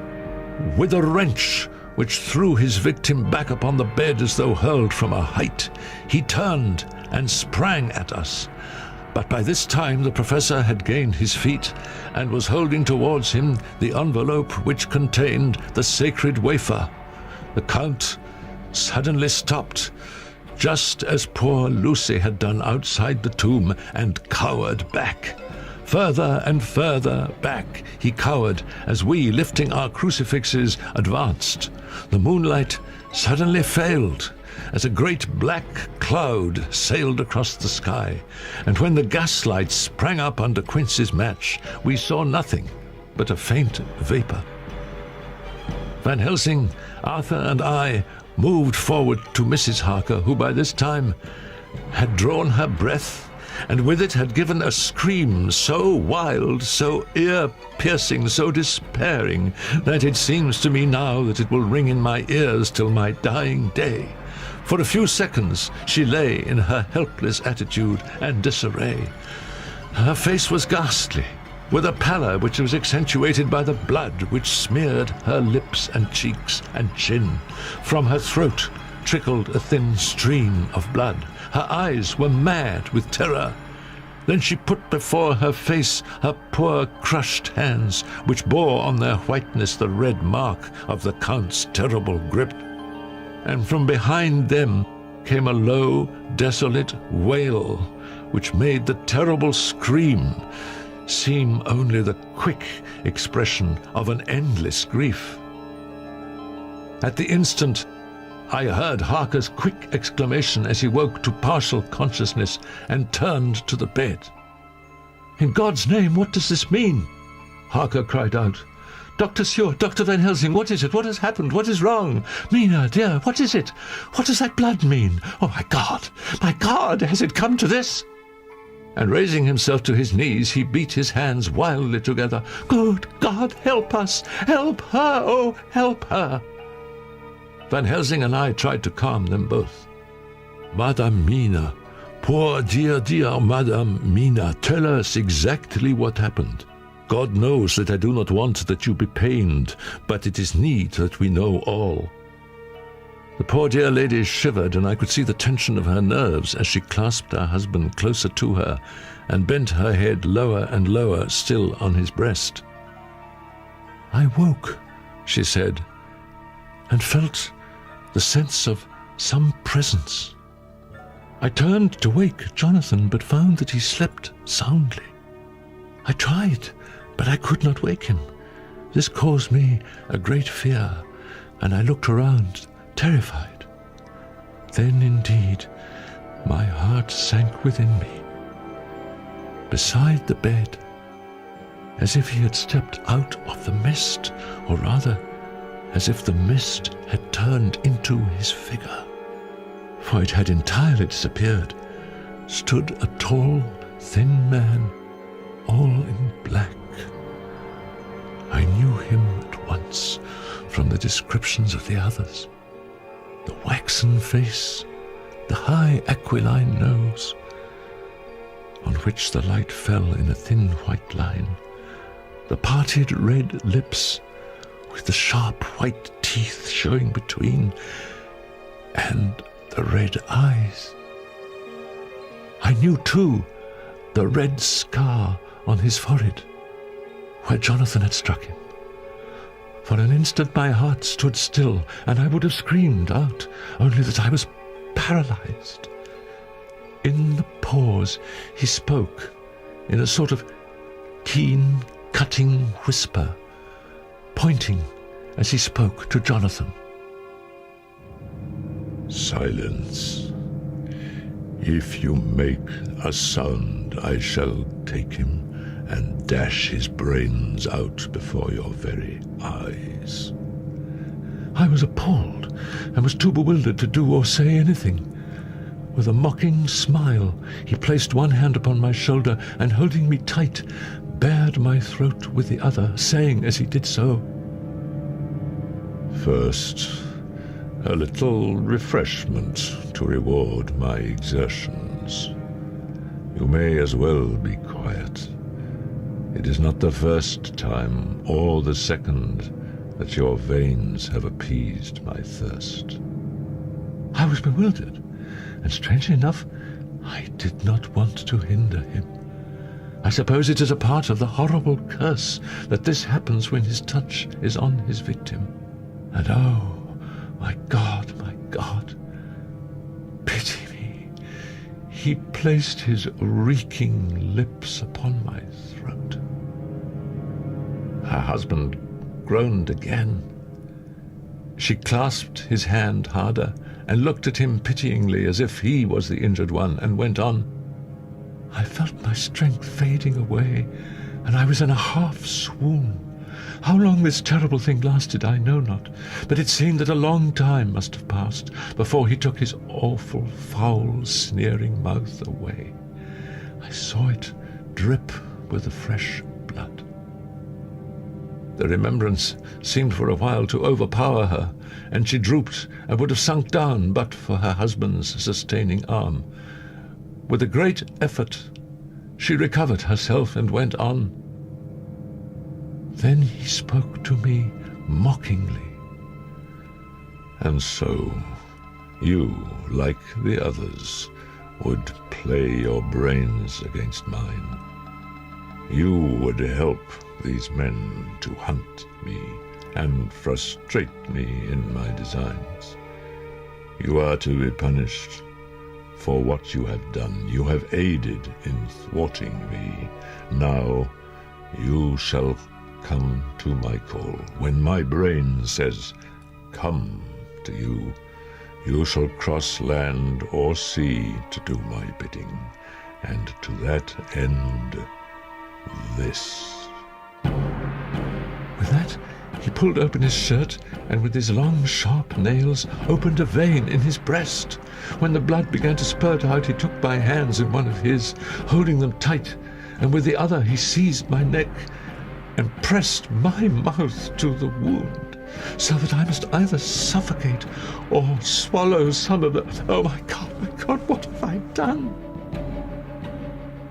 As she was telling her terrible story, the eastern sky began to quicken. Of this I am sure. The sun rises today on no more miserable house in all the great round of its daily course. Jonathan Harker's Journal. 3rd October. As I must do something or go mad, I write this diary. We all met this morning in the study. It was agreed that before starting for Piccadilly we should destroy the Count's lair close at hand. So I started up, crying out, "Then in God's name let us go at once, for we are losing time." Van Helsing stood up and said, "Now, my dear friends, we go forth to our terrible enterprise. Madame Mina, let me guard yourself. On your forehead I touch this piece of sacred wafer, in the name of the Father, the Son, and—" There was a fearful scream, which almost froze our hearts to hear. As he had placed the wafer on Mina's forehead, it had seared it. It had burned into the flesh as though it had been a piece of white-hot metal. Pulling her beautiful hair over her face, as the leper of old his mantle, she wailed out, "Unclean, unclean! Even the Almighty shuns my polluted flesh. I must bear this mark of shame upon my forehead until the judgment day." They all paused. I had thrown myself beside her in an agony of helpless grief. Then Van Helsing turned and said gravely, "Oh, Madame Mina, my dear, may we who love you be there to see when that red scar, the sign of God's knowledge of what has been, shall pass away and leave your forehead as pure as the heart we know." There was hope in his words, and comfort, and they made for resignation. So I said farewell to Mina, a parting which neither of us shall forget to our dying day, and we set out. We entered Carfax without trouble, and found all things the same as on the first occasion. Van Helsing took from his bag a screwdriver and a wrench, and very soon the top of one of the cases was thrown open. Taking from his box a piece of the sacred wafer, he laid it reverently on the earth, and then shutting down the lid began to screw it home, we aiding him as he worked. One by one we treated in the same way each of the great boxes, and left them as we had found them to all appearance. But in each was a portion of the host. When we closed the door behind us, the professor said solemnly, "So much is already done. If it may be that with all the others we can be so successful, Then the sunset of this evening may shine on Madame Mina's forehead, all white as ivory and with no stain. We went quickly to the station to catch our train, and arrived at the house in Piccadilly in the early afternoon. Using our skeleton keys, we entered the house, which smelt vilely, like the old chapel at Carfax, and with our previous experience it was plain to us that the Count had been using the place pretty freely. We moved to explore the house, all keeping together in case of attack, for we knew we had a strong and wily enemy to deal with, and as yet we did not know whether the Count might not be in the house. When we closed the door behind us, the Professor said solemnly, "So much is already done. If it may be that with all the others we can be so successful, then the sunset of this evening may shine on Madame Mina's forehead, all white as ivory and with no stain." We went quickly to the station to catch our train, and arrived at the house in Piccadilly in the early afternoon. Using our skeleton keys, we entered the house, which smelt vilely, like the old chapel at Carfax, and with our previous experience it was plain to us that the Count had been using the place pretty freely.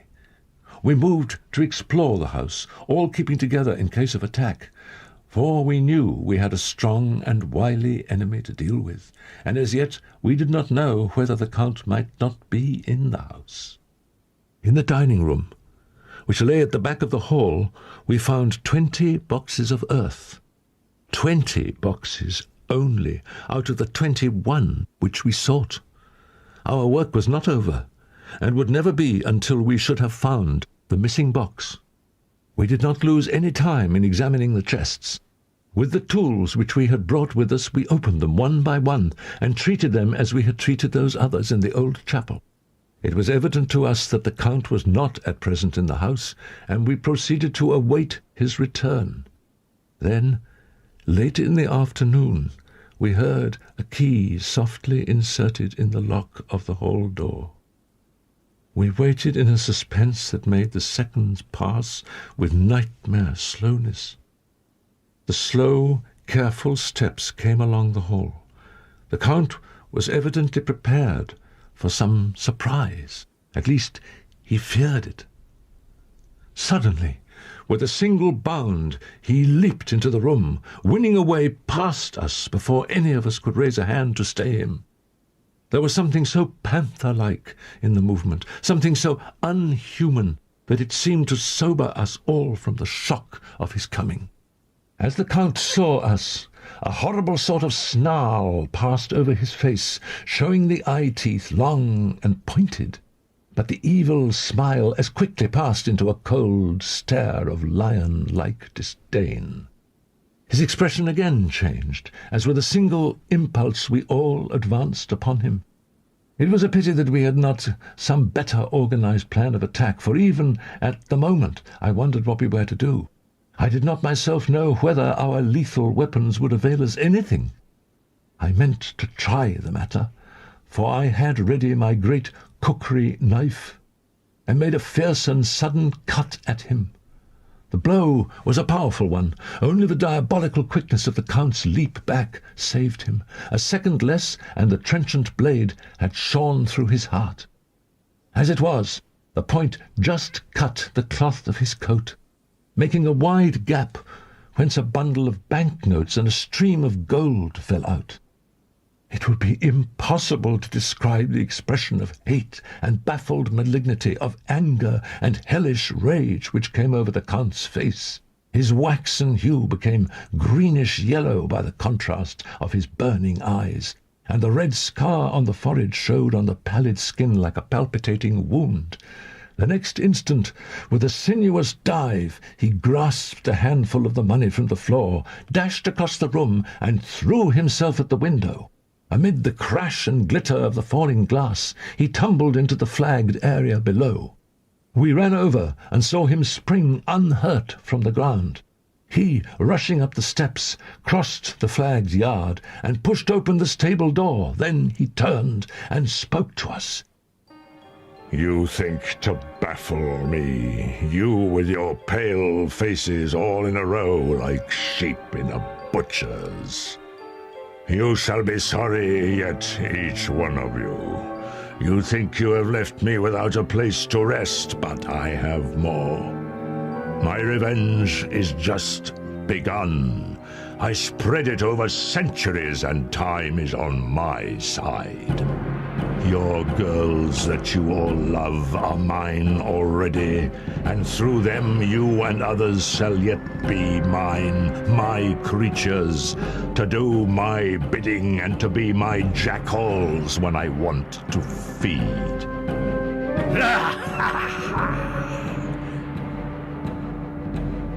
With a contemptuous sneer, he passed quickly through the door, and we heard the rusty bolt creak as he fastened it behind him. We had to recognize that our game was up. With heavy hearts, we came back to the house, where we found Mina awaiting us with an appearance of cheerfulness which did honor to her bravery and unselfishness. There was no place for words in my sublime misery. There was over me a yearning for sleep, in some sort of blind belief that to wake would be to find things changed, and that any change must now be for the better. But during the night I was wakened by Mina. "Go and call the Professor. I want to see him at once." "Why?" I asked. "I have an idea. Go quick, dearest. The time is getting close." 2 or 3 minutes later, Van Helsing was in the room in his dressing gown, and Mr. Morris and Arthur were with Dr. Seward at the door. "And what am I to do for you? For at this hour you do not want me for nothings." "I want you to hypnotize me," she said. "Do it before the dawn, for I feel that then I can speak, and speak freely. Be quick, for the time is short." Without a word, he motioned her to sit up in bed. Looking fixedly at her, he commenced to make passes in front of her, from over the top of her head downward with each hand in turn. Mina gazed at him fixedly for a few minutes, during which my own heart beat like a trip-hammer, for I felt that some crisis was at hand. Gradually her eyes closed, and she sat stock still. The stillness was broken by Van Helsing's voice, speaking in a low, level tone which would not break the current of her thoughts. "Where are you now?" The answer came dreamily, but with intention. It was as though she were interpreting something. "I do not know. It is all strange to me." "What do you see?" "I can see nothing. It is all dark." "What do you hear?" I could detect the strain in the Professor's patient voice. "The lapping of water. It is gurgling by, and little waves leap. I can hear them on the outside." "Then you are on a ship." We all looked at each other, trying to glean something each from the other. We were afraid to think. The answer came quick. "Oh, yes." "What are you doing?" "I am still, oh, so still.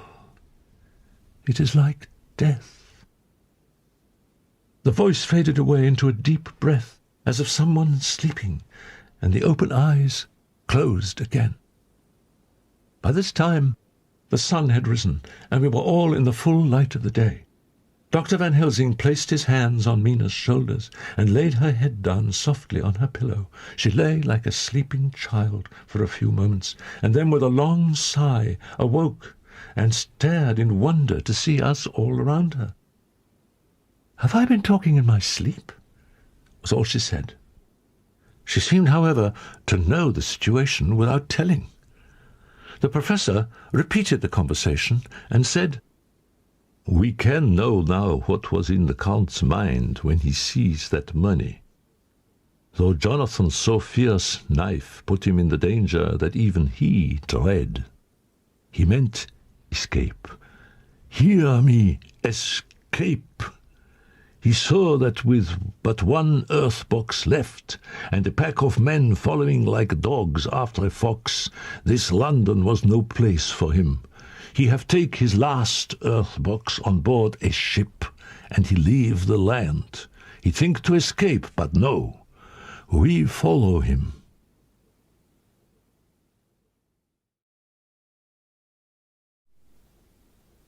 5th October, 5 p.m.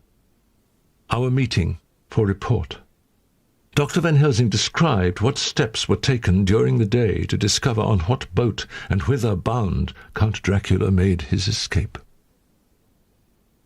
As I knew that he wanted to get back to Transylvania, I felt sure that he must go by the Danube mouth, or by somewhere in the Black Sea, since by that way he come. We find that only one Black Sea-bound ship go out with the tide. She is the Tsarina Catherine, and she sail for Varna. She left the Thames yesterday morning. It will take her at the quickest speed she has ever made at least 3 weeks to reach Varna, but we can travel overland to the same place in 3 days. We shall be in Varna before the ship arrives, and able to make such preparations as may be necessary. Of course, we shall all go armed against evil things, spiritual as well as physical. Tonight and tomorrow we can get ready, and then, if all be well, we can set out on our journey. Dr. Seward's Diary. 15th October, Varna. Jonathan Harker has asked me to note this, as he says he is hardly equal to the task, and he wants an exact record kept. We left Charing Cross on the morning of the 12th, got to Paris the same night, and took the places secured for us in the Orient Express. We travelled night and day, arriving here at about 5 o'clock. The journey may have had incidents. I was, however, too eager to get on to care for them. Until the Tsarina Catherine comes into port, there will be no interest for me in anything in the wide world. 23rd October. A whole week of waiting. Daily telegram from Lloyd's of London to Arthur, but only the same story. Not yet reported. Van Helsing is terribly anxious, and told me just now that he fears the Count is escaping us. 28th October. Telegram. Tsarina Catherine reported entering Galatz at 1 o'clock today. When the telegram came announcing the arrival at Galatz, I did not think it was such a shock to any of us as might have been expected. True, we did not know whence or how or when the boat would come, but I think we all expected that something strange would happen. Mrs. Harker said at once, "I felt it. Oh, I felt it." All that haunts me is a fear lest in some trance or dream he may have used my knowledge for his ends. The professor stood up. "He has so used your mind, and by it he has left us here in Varna, whilst the ship that carried him rushed through enveloping fog up to Galatz, where doubtless he had made preparation for escaping from us. But his child mind only saw so far, and it may be that, as ever is in God's providence, the very thing that the evildoer most reckoned on for his selfish good turns out to be his chiefest harm. 30th October. We travelled by night train and arrived in Galatz at 8. At 9 o'clock, Dr. Van Helsing and I called on the Tsarina Catherine, which lay at anchor out in the river harbour. There we saw the captain, Donaldson by name, who told us of his voyage. He said that in all his life he had never had so favourable a run. He had received a letter from London telling him to deliver the box before sunrise so as to avoid customs. To a certain Petrov Skinsky, who dealt with Slovaks who traded down the river to the port. He had been paid for his work and handed over the box. That was all he knew. As we came home, we could arrive at no definite conclusion. We were all convinced that the box was on its way by water to somewhere, but where that might be, we would have to discover. With heavy hearts, we came home to the hotel to Mina. Mina Harker's journal. October 30th. On the return of Professor Van Helsing and Dr. Seward, I examined the map and find that the river most suitable for the Slovaks to have ascended is either the Prut or the Seret. Now, of these two, the Prut is the more easily navigated, but the Seret is at Fundu, joined by the Bistrica, which runs up round the Borgo Pass. The loop it makes is manifestly as close to Dracula's castle as can be got by water. When I had shown this to the others, Jonathan took me in his arms and kissed me. Dr. Van Helsing said, "Now we are on the track once again, and this time we may succeed. Our enemy is at his most helpless, and if we can come on him by day on the water, our task will be over." "I shall get a steam launch and follow him," said Arthur Homewood. "And I, horses to follow on the bank, lest by chance he land," said Mr. Morris. "Good," said the professor. "Both good. But neither must go alone. There must be force to overcome force, if need be. The Slovak is strong and rough, and he carries rude arms." All the men smiled, for amongst them they carried a small arsenal. "Meanwhile, friend Jonathan, be not afraid for Madame Mina. She will be my care, if I may. I am old. My legs are not so quick to run as once, and I am not used to ride so long, or to pursue as need be, or to fight with lethal weapons. But I can be of other service. Whilst the old fox is tied in his box floating on the running stream whence he cannot escape to land, we shall go in the track where Jonathan went, from Bistritz over the Borgo, and find our way to the castle of Dracula. Here Madame Mina's hypnotic power will surely help, and we shall find our way to that fateful place. There is much to be done, and other places to be made sanctify, so that nest of vipers be obliterated." Here Jonathan interrupted him hotly. "Do you mean to say, Professor Van Helsing, that you would bring Mina right into the jaws of his death trap?" "Oh, my friend, it is because I would save Madame Mina from that awful place that I would go. Forgive me that I make you so much pain, but it is necessary." "Do as you will," said Jonathan, with a sob that shook him all over. "We are in the hands of God." 1st November. All day long we have travelled by carriage, and at a good speed. The professor seems tireless. All day he would not take any rest, though he made me sleep for a long spell. At sunset time he hypnotized me, and he says that I answered as usual. Darkness, lapping water, and creaking wood. So our enemy is still on the river. 2nd November, night. All day long driving.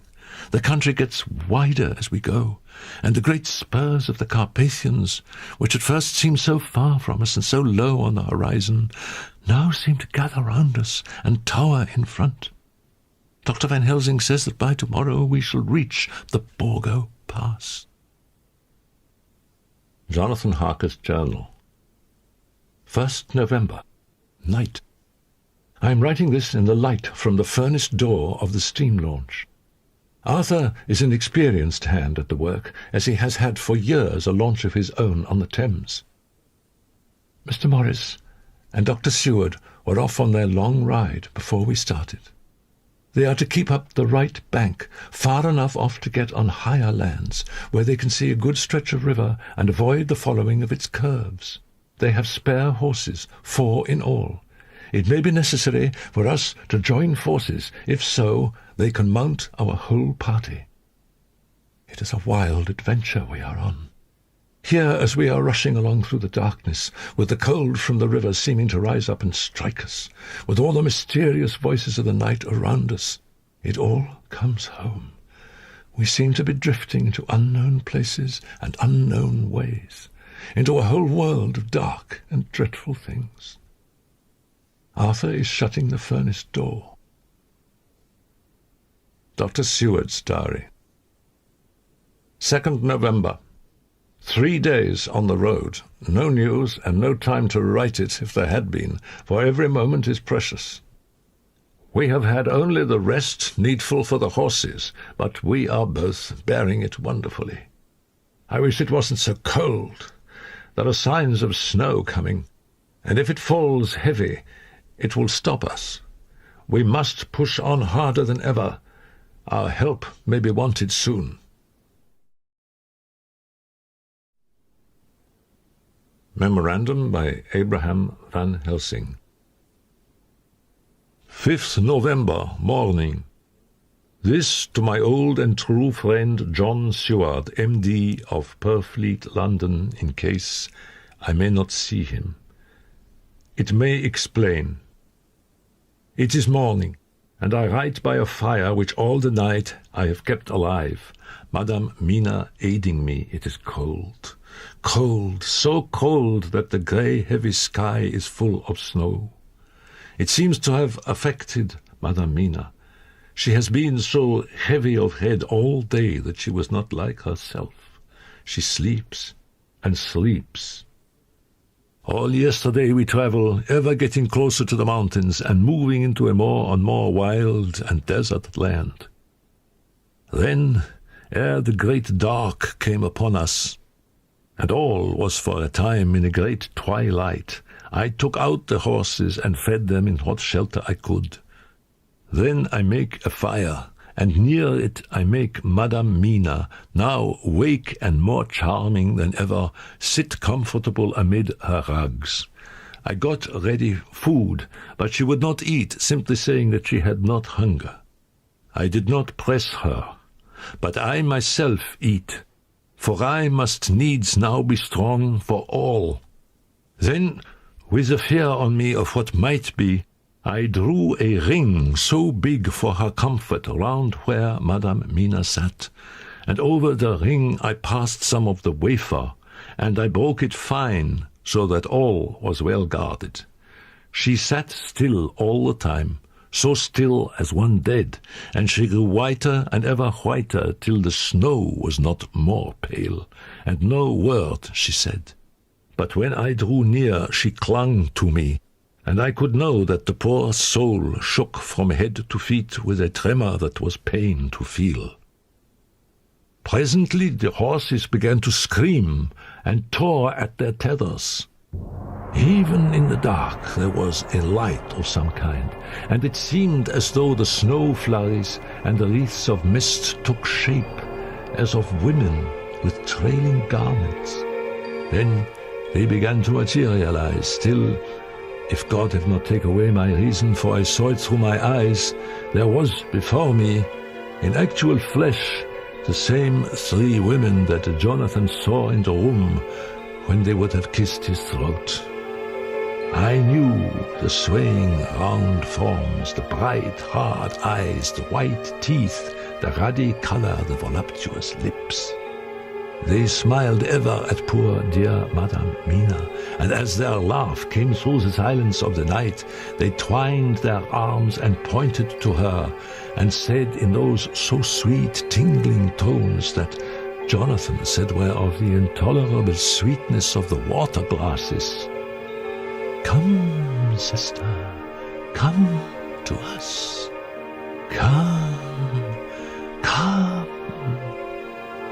In fear I turned to my poor Madame Mina, and my heart with gladness leapt like flame.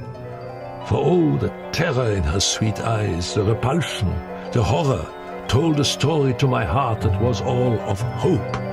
God be thanked, she was not yet of them. The horses had ceased to moan, and lay still on the ground. The snow fell on them softly, and they grew whiter. I knew that there was for the poor beasts no more of terror. And so we remained till the red of the dawn began to fall through the snow gloom. I was desolate and afraid, and full of woe and terror. But when that beautiful sun began to climb the horizon, life was to me again. At the first coming of the dawn, the horrid figures melted in the whirling mist and snow. The wreaths of transparent gloom moved away towards the castle and were lost. 5th November, afternoon. I am at least sane. Thank God for that mercy at all events, though the proving has been dreadful. When I left Madame Mina sleeping within the holy circle, I took my way to the castle. Jonathan's bitter experience served me here. By memory of his diary, I found my way to the old chapel, for I knew that here my work lay. I knew that there were at least 3 graves to find, graves that are in habit. So I search, and I find one of them. She lay in her vampire sleep, so full of life and voluptuous beauty that I shudder as though I have come to do murder. Ah, I doubt not that in old time, when such things were, many a man who set forth to do such a task as mine found at the last his heart fail him, and then his nerve. So he delay, and delay, and delay, till the mere beauty and the fascination of the wanton undead have hypnotized him, and he remain on, till sunset come, and the vampire sleep be over. Then the beautiful eyes of the fair woman open and look love, and the voluptuous mouth present to a kiss, and man is weak. And there remained one more victim in the vampire fold, one more to swell the grim and grisly ranks of the undead. Certain it was that I was lapsing into sleep, the open-eyed sleep of one who yields to a sweet fascination, when there came through the snow-stilled air a long, low wail, so full of woe and pity that it woke me like the sound of a clarion. For it was the voice of my dear Madame Mina that I heard. Then I braced myself again to my horrid task, and found by wrenching away tomb tops the other sisters. There was one great tomb, more lordly than all the rest. Huge it was, and nobly proportioned. On it was but one word: Dracula. This then was the undead home of the king vampire. Before I began to restore these women to their dead selves through my awful work, I laid in Dracula's tomb some of the wafer, and so banished him from it, undead, forever. Then began my terrible task, and I dreaded it.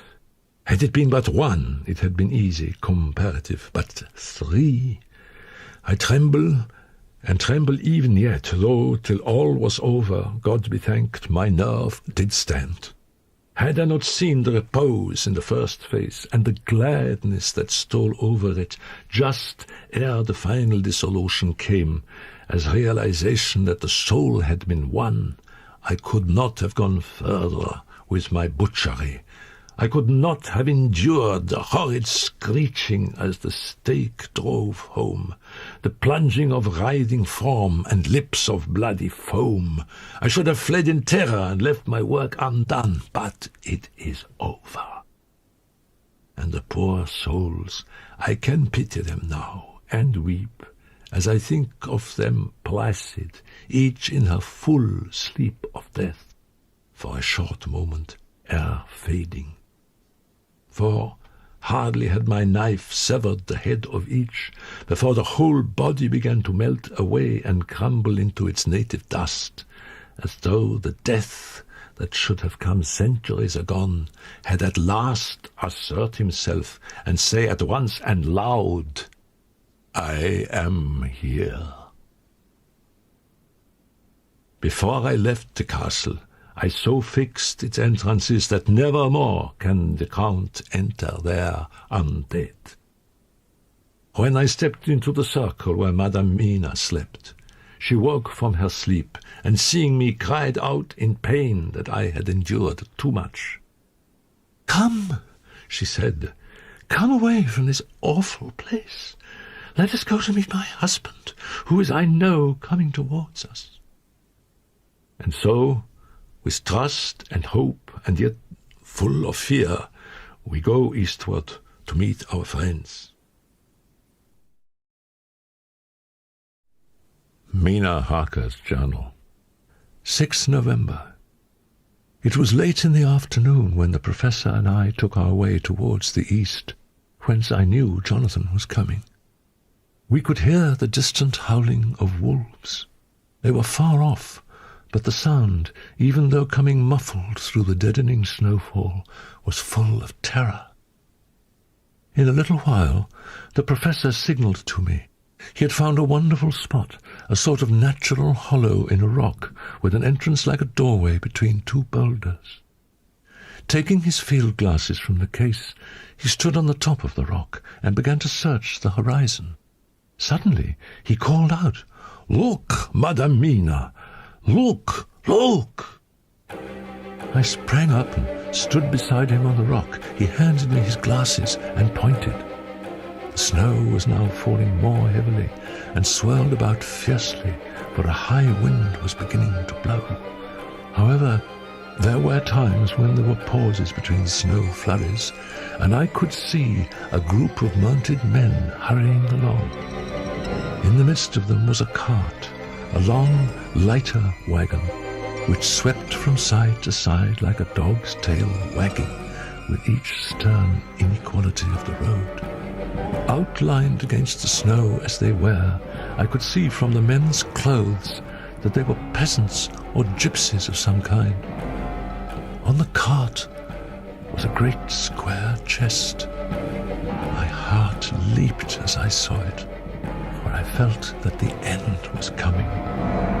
The evening was now drawing close, and well I knew that at sunset the thing which was till then imprisoned there would take new freedom, and could in any of many forms elude all pursuit. "See," Van Helsing said, "they come quickly. They are flogging the horses and galloping as hard as they can." He paused and went on in a hollow voice, "They are racing for the sunset. We may be too late. God's will be done." "Look! Look! See the horsemen follow fast, coming up from the south. It must be Quincy and John." Looking around, I saw on the north side of the coming party 2 other men, riding at breakneck speed. One of them I knew was Jonathan, and the other I took, of course, to be Arthur. They too were pursuing the party with the cart. When I told the Professor, he shouted in glee like a schoolboy, and after looking intently till snowfall made sight impossible, he laid his Winchester rifle ready for use against the boulder at the opening of our shelter. "They are all converging," he said. "When the time comes, we shall have the gypsies on all sides." I got out my revolver ready to hand, for whilst we were speaking, the howling of wolves came louder and closer. The Professor and I crouched down behind our rock and held our weapons ready. I could see that he was determined that they should not pass. One and all were quite unaware of our presence. All at once, 2 voices shouted out to halt. One was my Jonathan's, raised in a high key of passion. The other, Mr. Morris's strong, resolute tone of quiet command. The gypsies instinctively reined in, and at the instant Arthur and Jonathan dashed up at one side, and Dr. Seward and Mr. Morris on the other. At the same moment, Dr. Van Helsing and I rose behind the rock and pointed our weapons at them. Seeing that they were surrounded, the men tightened their reins and drew up. The leader turned to them and gave a word, at which every man of the gypsy party drew what weapon he carried, knife or pistol, and held himself in readiness to attack. Issue was joined in an instant. All 4 men of our party threw themselves from their horses and dashed towards the cart. Nothing seemed to stop or even to hinder them. Neither the levelled weapons or the flashing knives of the gypsies in front or the howling of the wolves behind appeared to even attract their attention. Jonathan's impetuosity and the manifest singleness of his purpose seemed to overawe those in front of him. Instinctively they cowered aside and let him pass. In an instant he had jumped upon the cart, and with a strength which seemed incredible, raised the great box and flung it over the wheel to the ground. In the meantime, Mr. Morris had had to use force to pass through his side of the ring of gypsies. I saw their knives flash as he won a way through them, and they cut at him. He parried with his great bowie knife, and at first I thought that he too had come through in safety. But as he sprang beside Jonathan, who had by now jumped from the cart, I could see that with his left hand he was clutching at his side, and that the blood was spurting through his fingers. He did not delay, notwithstanding this, for as Jonathan, with desperate energy, attacked one end of the chest, attempting to prise off the lid with his great cookery knife, he attacked the other frantically with his bowie. Under the efforts of both men, the lid began to yield. The nails drew with a quick screeching sound, and the top of the box was thrown back. By this time, the gypsies, seeing themselves covered by the Winchesters, had given in and made no further resistance. The sun was almost down on the mountain tops, and the shadows of the whole group fell long upon the snow. I saw the Count lying within the box upon the earth, some of which the rood falling from the cart had scattered over him. He was deathly pale, just like a waxen image, and the red eyes glared with the horrible, vindictive look which I knew too well. As I looked, the eyes saw the sinking sun, and the look of hate in them turned to triumph. But on the instant came the sweep and flash of Jonathan's great knife. I shrieked as I saw it shear through the throat, whilst at the same moment Mr. Morris's bowie knife plunged into the heart. It was like a miracle. But before our very eyes, and almost in the drawing of a breath, the whole body crumbled into dust and passed from our sight. I shall be glad, as long as I live, that even in that moment of final dissolution, there was in the face a look of peace, such as I never could have imagined might have rested there.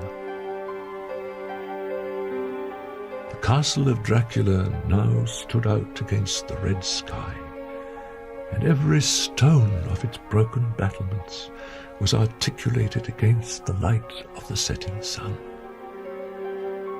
The gypsies, taking us as in some way the cause of the extraordinary disappearance of the dead man, turned without a word and rode away as if for their lives. The wolves followed in their wake, leaving us alone.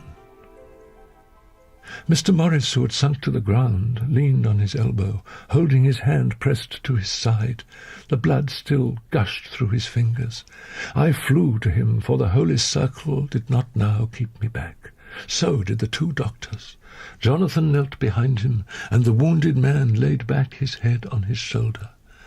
With a sigh, he took, with a feeble effort, my hand in that of his own, which was unstained.